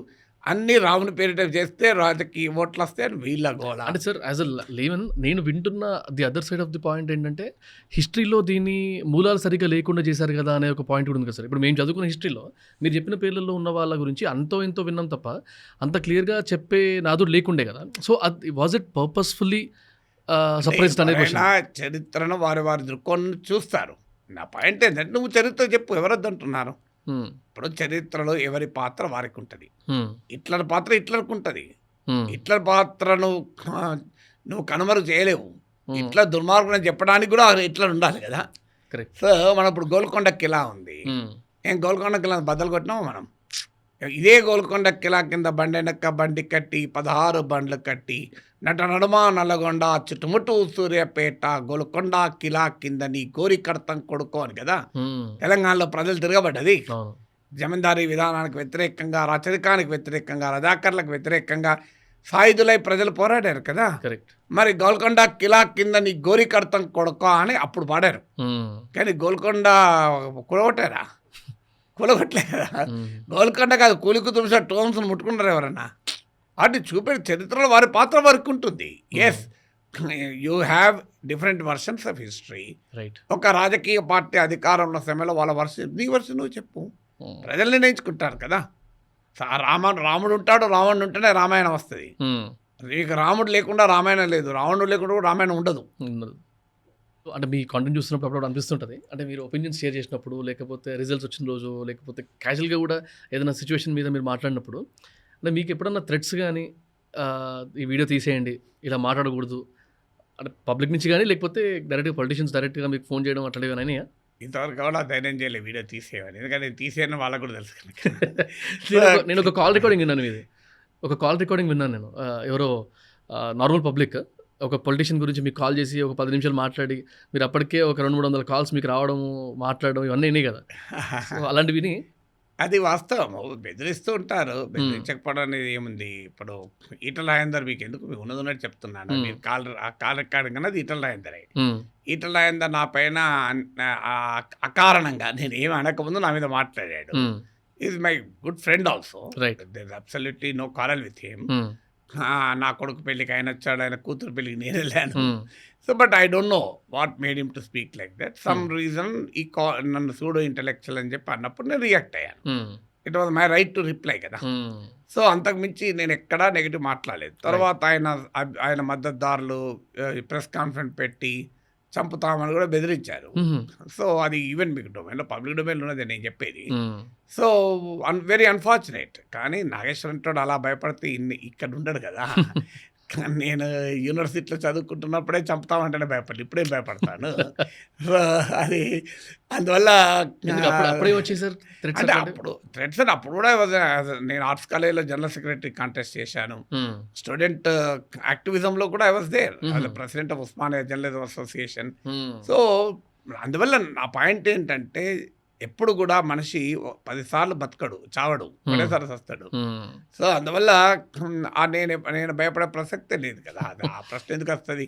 అంతకుముందు వాస్తవంగా దట్ హాస్ ఎండెడ్ ఆ చాప్టర్. ఇప్పుడు మనం దాని గురించి మాట్లాడాల్సిన అవసరం కూడా లేదు. రాజేందర్ నాకు 2 సార్లు కలిసాడు ఇప్పటికి మ్యారేజెస్లో. అండ్ నేను మంచిగా విష్ చేసుకున్నా, మాట్లాడుకున్నా, అదేమి ఇబ్బంది లేదు. దట్ ఎగ్జాంపుల్ మాత్రమే చెప్పాను, అంతే తప్ప ఇప్పుడు ఏమీ లేదు. అది నో లాంగర్ రిలవెంట్ నౌ. కానీ బట్ ఎగ్జాంపుల్ రిమైన్స్ కదా. మీరు అడిగారు కనుక అప్పుడు ఒక అభిమాని ఫోన్ చేసి మాట్లాడబా నిజం మీరు రెఫర్ చేస్తున్నది, నేను ఆన్సర్ ఇచ్చాను, అదంతా రికార్డ్ చేశారు. నాకు తెలుసు రికార్డ్ చేయరని అనే అమాయకుని కాదు కదా. నా మొబైల్ ఫోన్లో మీరు మాట్లాడుతుంటే this girl is being recorded వస్తుంది. నాకు తెలియదా అంతనే తమాయికున్నా నా ఫోన్లో వినబడలేదా నాకు this call is being recorded అని. నేను ఆయన ఎవరు బాధపడు రికార్డ్ చేసుకు ఏమవుతుంది అది బయట పెట్టారు. So that is unethical behaviour, right. అది అనైతిక ప్రవర్తన. కానీ నాకేం భయం, నేను ఏది మాట్లాడారో అదే మాట్లాడాను కదా. అంతకుముందు కూడా నన్ను ఒక్కోసారి ఫోన్ చేసి చంపేస్తాం నేను నరుకుతాం రా అని బెదిరించారు. ఇది వేరే విషయం, కేసు కూడా పెట్టాను, ఇది వేరే విషయం. ఓకే. వాళ్ళు ఎవరో కూడా ఐడెంటిటీ చెప్పుకోలేదు, అందువల్ల నేను కూడా అది స్పెక్యులేటివ్ ఐడెంటిటీ వాళ్ళు డైరెక్ట్గా చెప్పుకోలేదు. But I know who they are. So but I cannot tell publicly because they never disclose their identity. దాని మీద కేసు కూడా పెట్టాడు, 3 ఏళ్ళు ఇన్వెస్టిగేషన్ ఏదన్నా అక్కడ క్లోజ్ చేశారు. సో ఎందుకంటే ఇలాంటి అనానిమస్ కాల్స్ ఏమవుతాయి ఏమీ కాదు కదా. అందువల్ల this are all part of life. ఇప్పుడు అంత భయపడుతూ పబ్లిక్ డొమైన్లో ఉండం. జీవితంలో ఒక్కటే చారు చచ్చిపోతాను. చిన్నప్పుడే జీనా హైతో మరణా సీకో కదం కదం పర్ లడ్నా సీకో అని ఈటరాజేందర్ లాగా నాగేశ్వర్ కూడా అదే నినాదాలు ఇచ్చాడు ఆ రోజుల్లోనే. సో అందువల్ల బతకాలంటే చావడం నేర్చుకోవాలి. సో ఇప్పుడు రోడ్డు మీద డ్రైవింగ్ చేసేవారు యాక్సిడెంట్ అయితే భయపడతారా? భయపడితే డ్రైవింగ్ చేయగలుగుతాడా? సర్జరీ చేసే సర్జను పక్క ఆర్గాన్ మంచి ఆర్గాన్ కట్ అవుతుందని భయపడితే సర్జరీ చేయగలరా? అందువల్ల పబ్లిక్ ఇష్యూస్ పైన మాట్లాడేవారు ధైర్యంగా ఉండాల్సిందే. It's part of professional hazard కదా, అక్యుపేషనల్ అజార్డ్స్ అంటారే, part of life. But that doesn't mean no malice towards ఎవరు. అందుకే చెప్పాను, అంత నన్ను చాలా నీచంగా నాకు మీద మాట్లాడి ప్రెస్ కాన్ఫరెన్స్ పెట్టి మాట్లాడినా కూడా ఆయన పట్ల ఎలాంటి మలస్ లేదు నాకు. Is a good friend, even today I call him a friend. Right. And sir, అంటే మీ జర్నలిజం చేస్తున్న టైంలో అంటే బీయింగ్ అన్ ఎడిటర్ దగ్గర వరకు ఇంటర్న్షిప్ చేసిన దగ్గర నుంచి మీరు ఫీల్డ్లో తిరిగినప్పుడు కానీ లేకపోతే డిఫరెంట్ రోల్స్లో ఉన్న టైంలో డిఫరెంట్ పెద్ద మీడియా హౌసెస్లో మీరు పనిచేశారు already. Are you know how does the work culture be there, అంటే ఎట్లాంటి సిచ్యువేషన్స్ ఉంటాయని. అలాంటి జర్నీలో మీరు ఇట్లాంటి థ్రెడ్స్ ఏమైనా చూసారా మీరు పర్సనల్గా ఎక్స్పీరియన్స్ చేసినవి? అంటే అలాంటి థ్రెడ్స్ వాస్తవంగా ఉండవు అని చాలామంది అనుకుంటారు. ఆర్ మీరు కాంప్రమైజ్ అవ్వాల్సిన సిచ్యువేషన్ ఏమైనా వచ్చిందా? కాంప్రమైజ్ కావాల్సిన సిచ్యువేషన్ ఎప్పుడు రాలేదు. వచ్చినప్పుడు రిజైన్ చేసి బయటకు వచ్చేస్తాం కదా. నేను ఎడిటర్గా బయటకు వచ్చాను కదా, నేను 3 years ఉన్నాను. So when the situation comes I can't work independently అర్థమైన మరుక్షణం simply kept my papers and came out. అలాంటి సిచ్యువేషన్ వచ్చిందా? అంటే ఎప్పుడైనా ఇప్పుడు నేను లేకపోతే ఎందుకు వెళ్ళిపోతాను బయటికి, ఎడిటర్కి ఎందుకు బయటకు వస్తాను? I resigned as an editor because I felt I cannot take independent decisions. అంటే పర్టికులర్గా ప్రెషర్ అని కాదు, 3 years నాకు ఏ ప్రెషర్ లేకుండా పనిచేశాను. 3 years తర్వాత I thought I can no longer function independently అనిపించింది. So thank you very much అని చెప్పి ఐ కేమ్ అవుట్ కదా. సో అందువల్ల మనకు ఎవరికి అంటే most of the time Hans India నుంచి అంటున్నారు. హాన్స్ ఇండియా నుంచి most of the time I worked as a freelance journalist. Right. అందువల్ల దానికేం ప్రాబ్లం ఉంది. ఇప్పుడు ఫస్ట్ పోస్ట్కు నేను 100 ఆర్టికల్స్ రాశాను. రైట్. తర్వాత నాకు there character change, I stop writing for that. Character change ఏంటంటే అంటే వాళ్ళు they become almost political pamphlet లాగా మారిపోయింది ఆ website. So I stop writing. ఇప్పుడు మీకు రిపబ్లిక్ టీవీ టైమ్స్ నౌలో చాలా రెగ్యులర్గా వచ్చాను. అండ్ ఫైన్ మార్నింగ్ వాళ్ళ గెస్ట్ టీమ్ ఉండి, సార్ మీరు ఇండిపెండెంట్గా ఉన్నారు సార్, మీరు మాకు బీజేపీకైనా సపోర్ట్ చేయండి లేదా కాంగ్రెస్ కైనా సపోర్ట్ చేయండి, మధ్యలో ఇండిపెండెంట్ ఉంటే మాకు వర్కౌట్ కాదు సార్. మీరు మా రిక్వెస్ట్ చెప్పారా ఓపెన్గానే? లేకపోతే నేను ఓపెన్గా చెప్తున్నాను కాదని ఎవరు అడగలరు. సో కాంగ్రెస్ సపోర్ట్ చేయండి సార్, మాకు కాంగ్రెస్, ఎందుకంటే Congress has boycotted these 2 channels. So they want some బక్రా. వాడిని ఎవరినో కూర్చొని పెట్టి వాడిని తిట్టాలి, నాకు వస్తాయి కోరిక. ఆడెవడో నేనుంటే నాకు 2-3 లక్షలు వస్తాయి. దేవుడా. ఇక్కడ earn easily 5-6 lakhs per month. ఓహో. ఎందుకంటే they pay well also. Media appearances national channels pay మీకు 1/2 hour ఉంటే 3,000 పే చేస్తారు. డిబేట్స్ లో పాల్గొంటే డిబేట్లో పాల్గొండు కాదు, డిబేట్లో పాల్గొనడం కూడా అన్నాను. ఆర్నవ్ గోస్వామి షోలో పాల్గొనే ఉంటుంది. 1 hourలో 59 నిమిషాలు వినడం ఉంటుంది, 1 minute మాట్లాడి ఉంటుంది. ఆ 1 minute మాట్లాడటానికి కూడా you pay 5,000 they pay. So అందువల్ల there are times when I got 1 lakh cheque also from Republic TV. But I said openly, నేను కాంగ్రెస్ సపోర్ట్ బీజేపీకి సపోర్ట్ ఉండను. I will be fearlessly independent. అంటే మాకు స్పేస్ లేదు sir, we don't want fearlessly independent. ఎందుకంటే వాళ్ళకు polarise debate కావాలి, అంటే అటు ఇటు 2 extremeల మధ్య కొట్లాడాలి. అదే లీన్ అవుతే ఎక్కడో దగ్గర మీకు కాంటెక్స్ట్ వస్తుంది. ఇంటెలెక్చువల్ డిబేట్ కాదు వాళ్ళకి కావాల్సింది, they need a polarised debate. మీరు అర్నవ్ గోస్వామి షో చూసిన, టైమ్స్ నౌ నావికా కుమార్, అంతమంది రాహుల్ శివశంకర్ ఇప్పుడు న్యూస్ 18లో ఉన్నాడు, వీళ్ళందరూ డిబేట్ మీరు చూడండి అటో ఇటో ఉంటారు. Nobody will be independent. They don't want that. Open చెప్పాను మాకు. సో నేను థ్యాంక్ యూ వెరీ మచ్ అన్న. ఇంతవరకు మళ్ళీ పోలే. దేర్ వర్ టైమ్ నేను రిపబ్లిక్ టీవీ స్టూడియోలో 2 days 7-8 hours స్క్రీన్ పైన ఉన్న అర్నబ్తో పాటు. ఇది very good gentlemen, absolutely fine gentlemen. Screen పైన కనబడే అర్నబ్ వేరు, రియల్గా అర్నబ్ వేరు. Very polite, very humble. 11:30కి నేను కార్ ఎక్కుతూ ఎయిర్పోర్ట్కి వస్తుంటే కూడా కార్ తలుపు అయినే డోర్ తీసి thank you professor, thanks for coming అన్నాడు. అంత హంబుల్. మీకు స్క్రీన్ పైన మాత్రం మామూలుగా ఉండదు, బీభత్సంగా ఉంటుంది. మీరు అప్పుడు నాకే ఎక్స్పీరియన్స్. లంచ్ టైంలో జనరల్గా మాట్లాడుతున్నా, what professor, what kind of classes you teach అని. సడన్గా వచ్చి ప్రొఫెసర్ నాగేశ్వర్ అన్నాడు. ఒకసారి నాకు భయమైంది, ఏంటి అని. ఏమైంది అన్న అంటే ఐ కుడ్ నాట్ రియలైజ్. అప్పుడే కెమెరా స్టార్ట్ అయింది, లైవ్ స్టార్ట్ అయింది. ఈ నోస్ ఆయనకు ఇక్కడ ఈపీ చెప్తారు కదా లైవ్ బిగిన్స్ అని. సో సడన్గా అంటే అప్పటిదాకా బాగా మాట్లాడుతున్నాడు కదా. చూడండి మీరు conversation. Nageshwar, how are you, what kind of, what's your family background, where did you study, how is the car, professor Nageshwar అన్నాడు ఒకసారి. అది ఏమైందబ్బా అంటే లైవ్ స్టార్ట్ అయింది, తిట్టు మొదలుపెట్టి. So that is the style of journalism. So I'm not finding fault. That is the style of journalism. People are liking it. ఆయన తప్పే ఉన్నది. Right. People like it. It is the most prominent, highly popular show కదా. 50% of the English television audience ఆయన షోకే ఉంటారు. Remarkable audience. Well, demand and supply. There are people to watch him. That's how he is. So but it is my choice. I don't want be part of that. ఈ shouting మ్యాచ్లో నేను ఉండదలుచుకోలేదు. ఒక్కసారి ఇప్పుడు shout చేసినా చాలా మీకు కూడా thrilling ఉన్నది, ఎంటర్టైనింగ్గా ఉన్నది. నా గొంతు కూడా సహకరించింది. ఇలా 100 సార్లు షౌట్ చేస్తే నా గొంతు ఉంటుందా? What will I gain from shouting matches? Thank you very much, and I lost 5-6 lakh rupees. Fine. But you're fine with it? Absolutely fine. I'm happy with it, not fine. I'm absolutely happy with it. Because unfortunately, neither my family nor my kids want that kind of money also. So, అందువల్ల మీకు threats ఉండవు. Threats ఎవరికి ఉంటాయంటే ఓ గ్రామంలో, ఓ మండలంలో ఓ land grabber politician పైన వార్తలు రాసిన థ్రెట్ ఉంటుంది. హయ్యర్ లెవెల్ ఉన్న థ్రెట్ ఉండదు ఎప్పుడు కూడా. హైయర్ లెవెల్ ఉన్నోడికి ఏం థ్రెట్ ఉంటుంది? మన వాళ్ళు ఎవరికి ప్రమాదం లేదు కదా. అందువల్ల థ్రెట్ ఉండదు. ఇలాగే బూతులు తిడుతుంటారు, సోషల్ మీడియాలో అనానిమస్ తిడుతుంటారు. So that's part of life. ఇప్పుడు నేను మొదట్లో మీకు చెప్పాను కదా, సీతమ్మ తల్లినే అనుమానించారు, శ్రీకృష్ణ పరమాత్మ పైనే దొంగతనం వేసి నిందలేశారు, గాంధీ మహాత్మనే చంపారు. ఈ 3 సార్లుదా యేసుక్రీస్తుకే శిలువ వేశారు. చాలాదా మీకు ఈ ఎగ్జాంపుల్స్. సో నాగేశ్వర ఒక లెక్కన ఇదే కాంటెక్స్లో దే కీప్ సేయింగ్ సార్, అంటే పబ్లిక్ ఒపీనియన్ ప్రకారము నాగేశ్వరరావు గారు యాంటీ బీజేపీ అని ఏదైతే అంటారో, in that context if you need to talk, అసలు ఎందుకు అంటారు అట్లా మిమ్మల్ని యాంటీ బీజేపీ అని? అది అనేవాళ్ళని అడగాలి, నన్ను అడిగితే నేనేం చెప్తాను. Don't you feel that you are not అంటే అగెయిన్స్ట్ మాట్లాడుతున్నారు? మీకు నన్ను కాంగ్రెస్ అంటారు, కమ్యూనిస్ట్ అంటారు, వైసీపీ అంటారు, టీడీపీ అంటారు, బీజేపీ అంటారు, యాంటీ బీజేపీ కూడా అంటారు. బీజేపీ అని కూడా అంటారా? ఎందుకంటే చాలా మంది అంటారు మీకు మోడీకి అనుకూలంగా మాట్లాడుతున్నాడని. అంటే ప్రాబ్లం ఈజ్ ఒక వీడియో చూసి కంక్లూషన్కి వస్తారు. ఇప్పుడు ఉదాహరణకు ఆపరేషన్ సింధూర్ ఉంది, రైట్, సర్జికల్ స్ట్రైక్స్ ఉన్నాయి, మీకు బాలాకోట్ స్ట్రైక్స్ నేను డిఫెండ్ చేశాను. అది చూడడానికి ఏమనిపిస్తుంది? నేను ప్రో బీజేపీ అనిపిస్తుంది. అదే మీరు ఇంకో టాపిక్ పైన I was very critical of Modi, అదేమంటారు? మీకు యాంటీ బీజేపీ ఉంటారు. సో ఇష్యూ బేస్డ్గా ఉంటుంది తప్ప it can be the otherwise కదా. రైట్.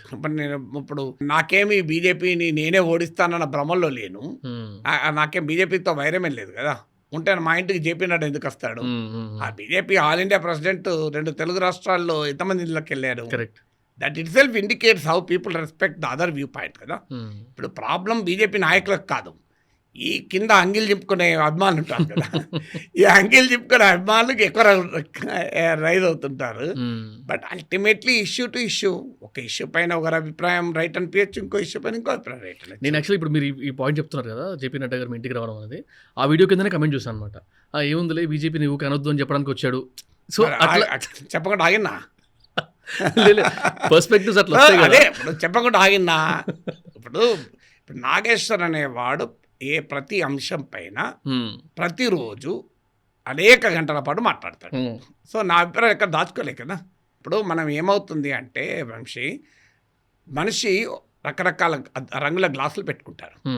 వాడు ఒక గ్లాసు సాఫ్రాన్ గ్లాస్ పెట్టుకున్నాడు అనుకో, ఒక రకంగా కనబడతాం. మనం రెడ్ కలర్ గ్లాస్ పెట్టుకుని ఇంకో రకంగా కనబడతాం. ఎల్లో కలర్ గ్లాస్ పెట్టి ఇంకో రకాలు ప్లెయిన్ గ్లాసెస్ పెట్టుకున్న వాళ్ళు తగ్గిపోతున్నారు. ప్లెయిన్ గ్లాసెస్ పెట్టుకున్న వాళ్ళు కరెక్ట్ కనబడతాం.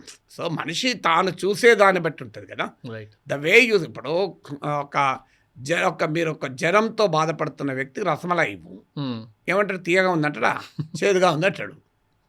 సో జ్వరంతో ఉన్న వాడికి మీరు మైసూర్ పాక్ ఇవ్వు, చేదుగా ఉందంటాడు. మైసూర్ పాక్ చేదుగా మారిపోతుందా? మైసూర్ పాక్ క్వాలిటీ మైసూర్ పాక్దే, దాని తీపిదనంలో చేంజ్ లేదు. ఒకరికి అది తీయగా అనిపిస్తుంది, ఇంకొకరికి చేదుగా అనిపిస్తుంది. తప్పెవరిది? మైసూర్ పాక్ది కాదు, తినేవాడిది. నాగేశ్వర్ మాట్లాడేది ఒకటే ఉంటుంది మైసూర్ పాక్ లాగా. అది చూసేవాడికి వాళ్ళ పర్సెప్షన్ బట్టి వాళ్ళు బయాసులు కనుక ఇంకొకరిని బయాసులు అంటే నేనేం చేయగలుగుతాను. అండ్ జనరల్గా సార్ మీరు కమెంట్స్ అవి చదువుతారా మీ వీడియోస్లో కింద లేకపోతే అట్లా? I don't have so much time. I don't want waste my time also. Unfortunately there are good comments. కానీ ఏమవుతుందంటే ఒక 1000 కామెంట్స్లో 10 గుడ్ ఉంటాయి. అందుకొరకు నీ 990 కామెంట్స్ చదవడం టైం వేస్ట్ చేసుకోవాలి. ఆ 990 కామెంట్స్ అది మైండ్ హార్ట్ ఖరాబ్ చేసుకోవాలి. ఎందుకు టైం వేస్ట్ పడి? ఇప్పుడు I'm not answerable to them, they are not teachers who evaluate me, I'm not accountable to them. నేను చెప్తాను, నీకు నచ్చితే చూడు, నచ్చకపోతే చూడకు. కామెంట్ చేసిన వారు they are serving my purpose కదా. నన్ను తిడితే సంతోషం కదా, మీకు కూడా తెలుసు కదా అల్గరిథమ్స్ ఎట్లా పనిచేస్తాయి. అది తిట్టినా మెచ్చుకున్నా any activities engagement. So I should thank the trolls. వాళ్ళు ఎంత ట్రోల్ చేస్తే అంత ఛానల్ పాపులర్ అవుతుంది. ఈ మధ్య మొన్నెవరు అన్నారు ట్రోలింగ్ తగ్గిందంటే, అయ్యో చాలా బాధేస్తుంది అన్న. అదేంటి అన్నాడు, ట్రోలింగ్ తగ్గితే ఆల్గరిథం సజెస్ట్ చేయదయ్యా, అదో బాధ. ఎక్కువ ట్రోలింగ్ ఉంటే నాకు ఎక్కువ పాపులర్ అవుతుంది నా ఛానల్లో. ఏదో ఉన్నట్టు చూడడానికి వస్తారు. సో అంత డిసడ్వాంటేజ్ ఉంటే అడ్వాంటేజ్ అంటాడు philosopher. So I take it in right spirit. So కానీ పాయింట్ ఏంటంటే, నేను ఇంతవరకు కొన్ని థౌజండ్స్ ఆఫ్ అవర్స్ మాట్లాడాను మనిషి, ఎక్కడా ఒక్క తప్పుడు పదం వాడలే, ఎవరి మీద వాడలే. సో ఏ పార్టీ మీద వాడలే, ఎక్కడా అభ్యంతరకరమైన పదాలు లేదు. Never I commented individually. మీరు ఇంతవరకు నేను చెప్పాను కదా, తెలుగు టెలివిజన్ స్క్రీన్ పైన అత్యధికంగా మాట్లాడింది నేనే అనుకుంటాను. నేనైతే మిమ్మల్ని ఎప్పుడు అగ్రెసివ్ చూడలేదు. అగ్రెసివ్ క్వశ్చన్ లేదు. అగ్రెషన్ అనేది మన ప్రభావంలో ఉండాలి, ఇంపాక్ట్ ఆన్ పీపుల్ ఉండాలి, not in terms of words. ఎందుకంటే నాకు I have nothing against anybody, nothing in favour of anybody. I have no malice towards anybody. I speak what I perceive to be truth. ఏది నిజమని నేను భావిస్తానో అది చెప్తాను. అది చేదుగా ఉండొచ్చు కొంతమందికి, కొంతమంది రుచిగా ఉండొచ్చు. నా బాధ కాదు, నేను మైసూర్ పాక్. మనకు తీయగా ఉండొచ్చు, మనకు చేదుగా ఉండొచ్చు, దానికి నేనేం చేస్తాను? ఆల్రెడీ జనంతో బాధపడుతున్న వాళ్ళకి చేదుగా ఉంటుంది, వాడికి జనం ఉంటే నేనేం చేస్తాను? నేనొచ్చి ఇంజక్షన్ ఇవ్వలేను కదా, వాళ్ళ ఇంజక్షన్ వాళ్ళే తీసుకోవాలి కదా. నీ జనం ఉంటే నేనేం చేస్తాను? నువ్వు వేసుకో పారాసిటమాల్, నా బాధ కాదు కదా అది. నేను ఐ స్పీక్ అంతే, ఐ స్పీక్ కానీ నన్ను క్రిటిసైజ్ చేసే హక్కు వాళ్ళకు కూడా ఉంటుంది. I appreciate the right of anybody to question. You just avoid that. కానీ అబ్యూజింగ్ ఉండకూడదు, కానీ ఉంటే వాళ్ళ సంస్కారం. ఇప్పుడు వాళ్ళ అమ్మా నాన్న సరిగ్గా పెంచలేదు అనుకో, దాన్ని నేనేం చేస్తా? వాళ్ళ కుటుంబ సంస్కారం దరిద్రంగా ఉంది, వాడు బూతులు మాట్లాడుతున్నాడు, వాడి వ్యక్తిత్వం సరిగా లేదు, వాడు దాన్ని బహిరంగంగా ప్రదర్శించదలుచుకున్నాడు. నేను పనికి మాలే వ్యక్తిత్వం ఉన్నవాడిని కనుక నేను ఇట్లా బూతులు మాట్లాడతాను. Why should I prevent that man? Let him exhibit his dirtiness కదా. వాడు బురదంతా వాడు బయట పెట్టుకోదలుచుకుంటుంటే నేనెందుకు ఆపాలి అంట నేను. So it doesn't reflect on me కదా. So in what way comments will reflect me on me. Correct. And అంటే టు బీ సో యాక్టివ్, అంటే ప్రతి దాని మీద ఒక అవగాహన రావడానికి, లేకపోతే to be updated all day కాదు ఇంకా everyday, if you need to understand అసలు మీ సోర్స్ ఆఫ్ రీసెర్చ్ ఏంటి, మీ సోర్స్ ఆఫ్ గెట్టింగ్ అప్డేటెడ్ ఏంటి? నేను I been reading for last 40 years. Okay. ఇవాళ మొదలుపెట్టింది కాదు. Reading you mean newspapers? Newspaper, magazines, books, everything. So under the sun నేను యాక్చువల్గా 40 కూడా కాదు, ఇంకా ఎక్కువ, more than 50 years, nearly 50 years. నేను 8th క్లాస్లో ఉన్నప్పటి నుంచి న్యూస్ ఫాలో అవుతున్నాను. సో ఇప్పటికీ కొన్ని వేల పుస్తకాలు చదివి ఉంటాను. సో ఆల్ క్లాసిక్స్ నుంచి మొదలుకొని చాలా స్టడీ చేసి ఉంటాను. ఇప్పుడు ఒక ఇష్యూ ఉంది, పాలస్తీనా ఇష్యూ ఉంది. పాలస్తీనా ఇష్యూ నిన్న పుట్టలే కదా. నేను పాలస్తీనా ఇష్యూ 40 years కింద చదివాను. 40 ఇయర్స్ కింద నుంచి అవుతున్నాను. So that is the one advantage, ఎందుకంటే క్యూములేటివ్ నాలెడ్జ్ అంటారే. Right right right. So you go on accumulating knowledge. I have a remarkable memory. I regularly follow entire stream of media. మీరు నాకు ఇంటికి 12 న్యూస్ పేపర్స్ వస్తాయి, ఇంకో 10-12 news papers online subscription. రోజుకి ఎంత time spend చేస్తారు sir చదవడంలో? Well, చదవడము రాయడం మాట్లాడేటప్పుడు నాకు వేరే పని లేదు, 17 గంటలు అదే. సో వేరే వర్కే లేదు నాకు. సో నాకు దొరికిన టైం వల్ల అదే పని. Right right. సో అంటే ఎవ్రీథింగ్ చదివే టైం ఎవరికి ఉండదు.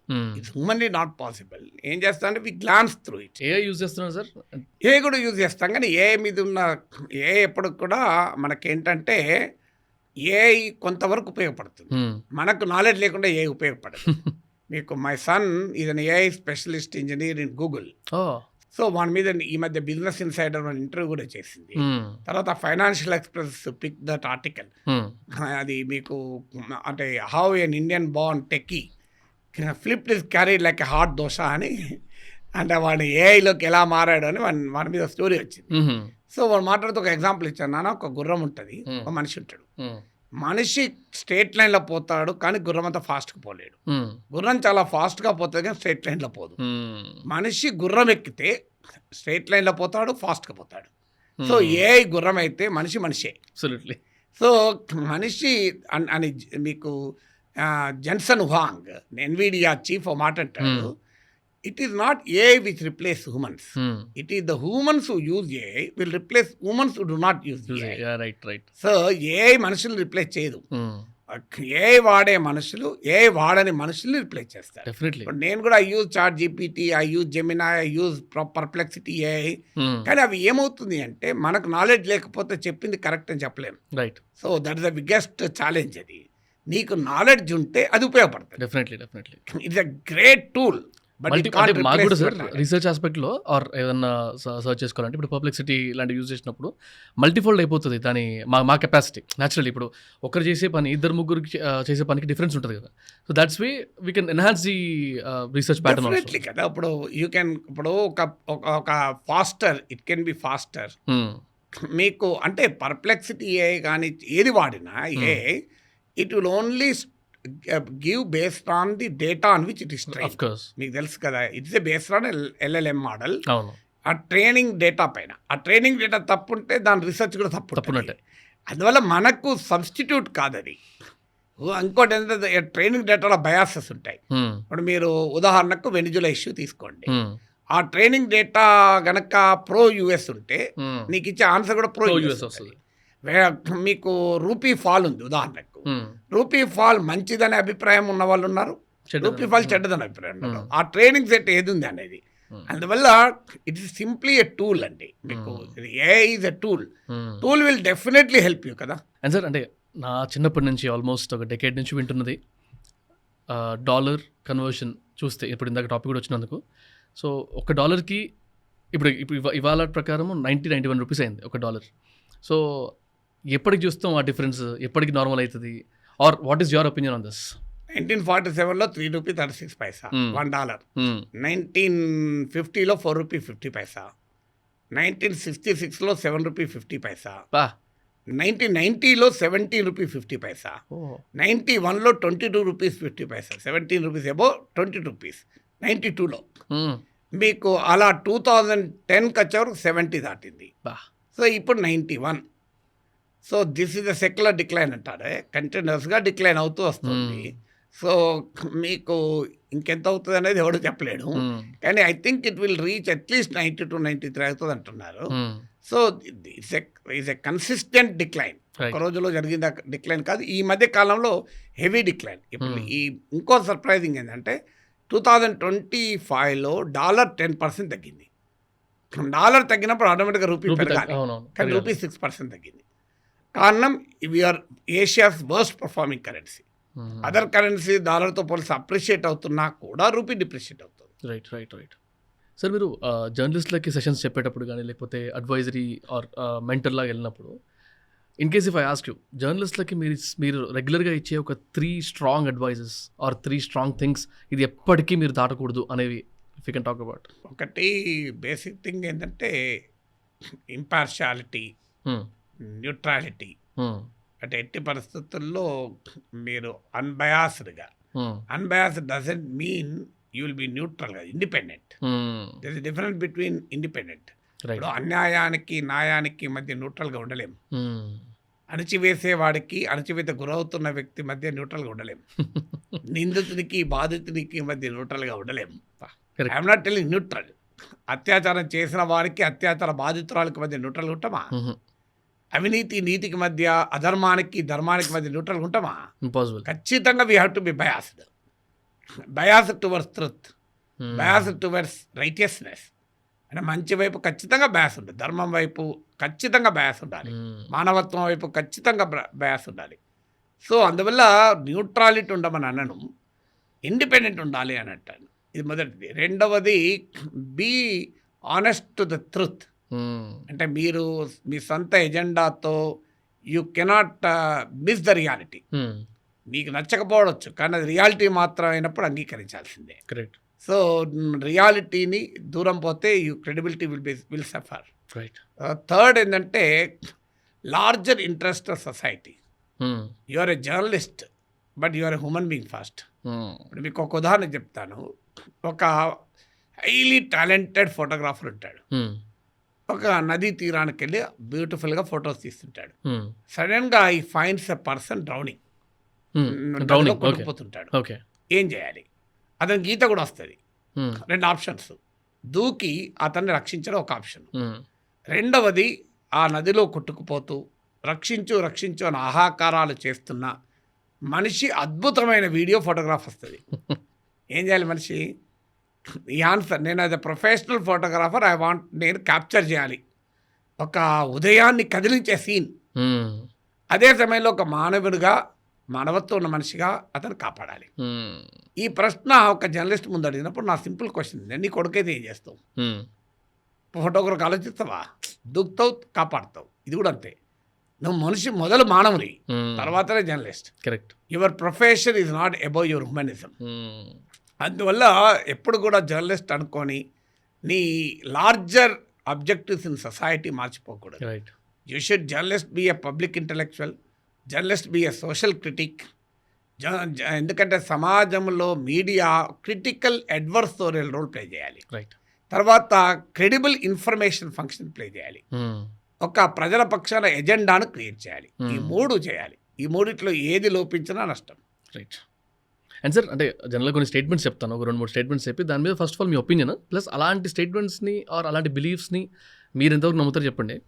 ఇప్పుడు సెంట్రల్ గవర్నమెంట్ గురించి మాట్లాడితే 3 times పవర్లోకి రావడం కష్టం, నెక్స్ట్ టైం ఇంపాసిబుల్ అనడం, లేకపోతే జైలుకి వెళ్ళిన వచ్చిన వాళ్ళు ఖచ్చితంగా సీఎంలు అవుతారు, ఈ మాటలు కొన్ని ఉంటాయి కదా. కొంతమంది నమ్ముతారు, లేకపోతే కొంతమంది స్టేట్మెంట్లు వేస్తారు అట్లా. సో వాటి మీద మీ ఒపీనియన్ ఏంటి? నేను కూడా జైలుకి వెళ్తా కదా సీఎం అవుతా అంటే సంతోషంగా వెళ్తా. పొటెన్షియల్ క్యాండిడేట్ అంటుంది.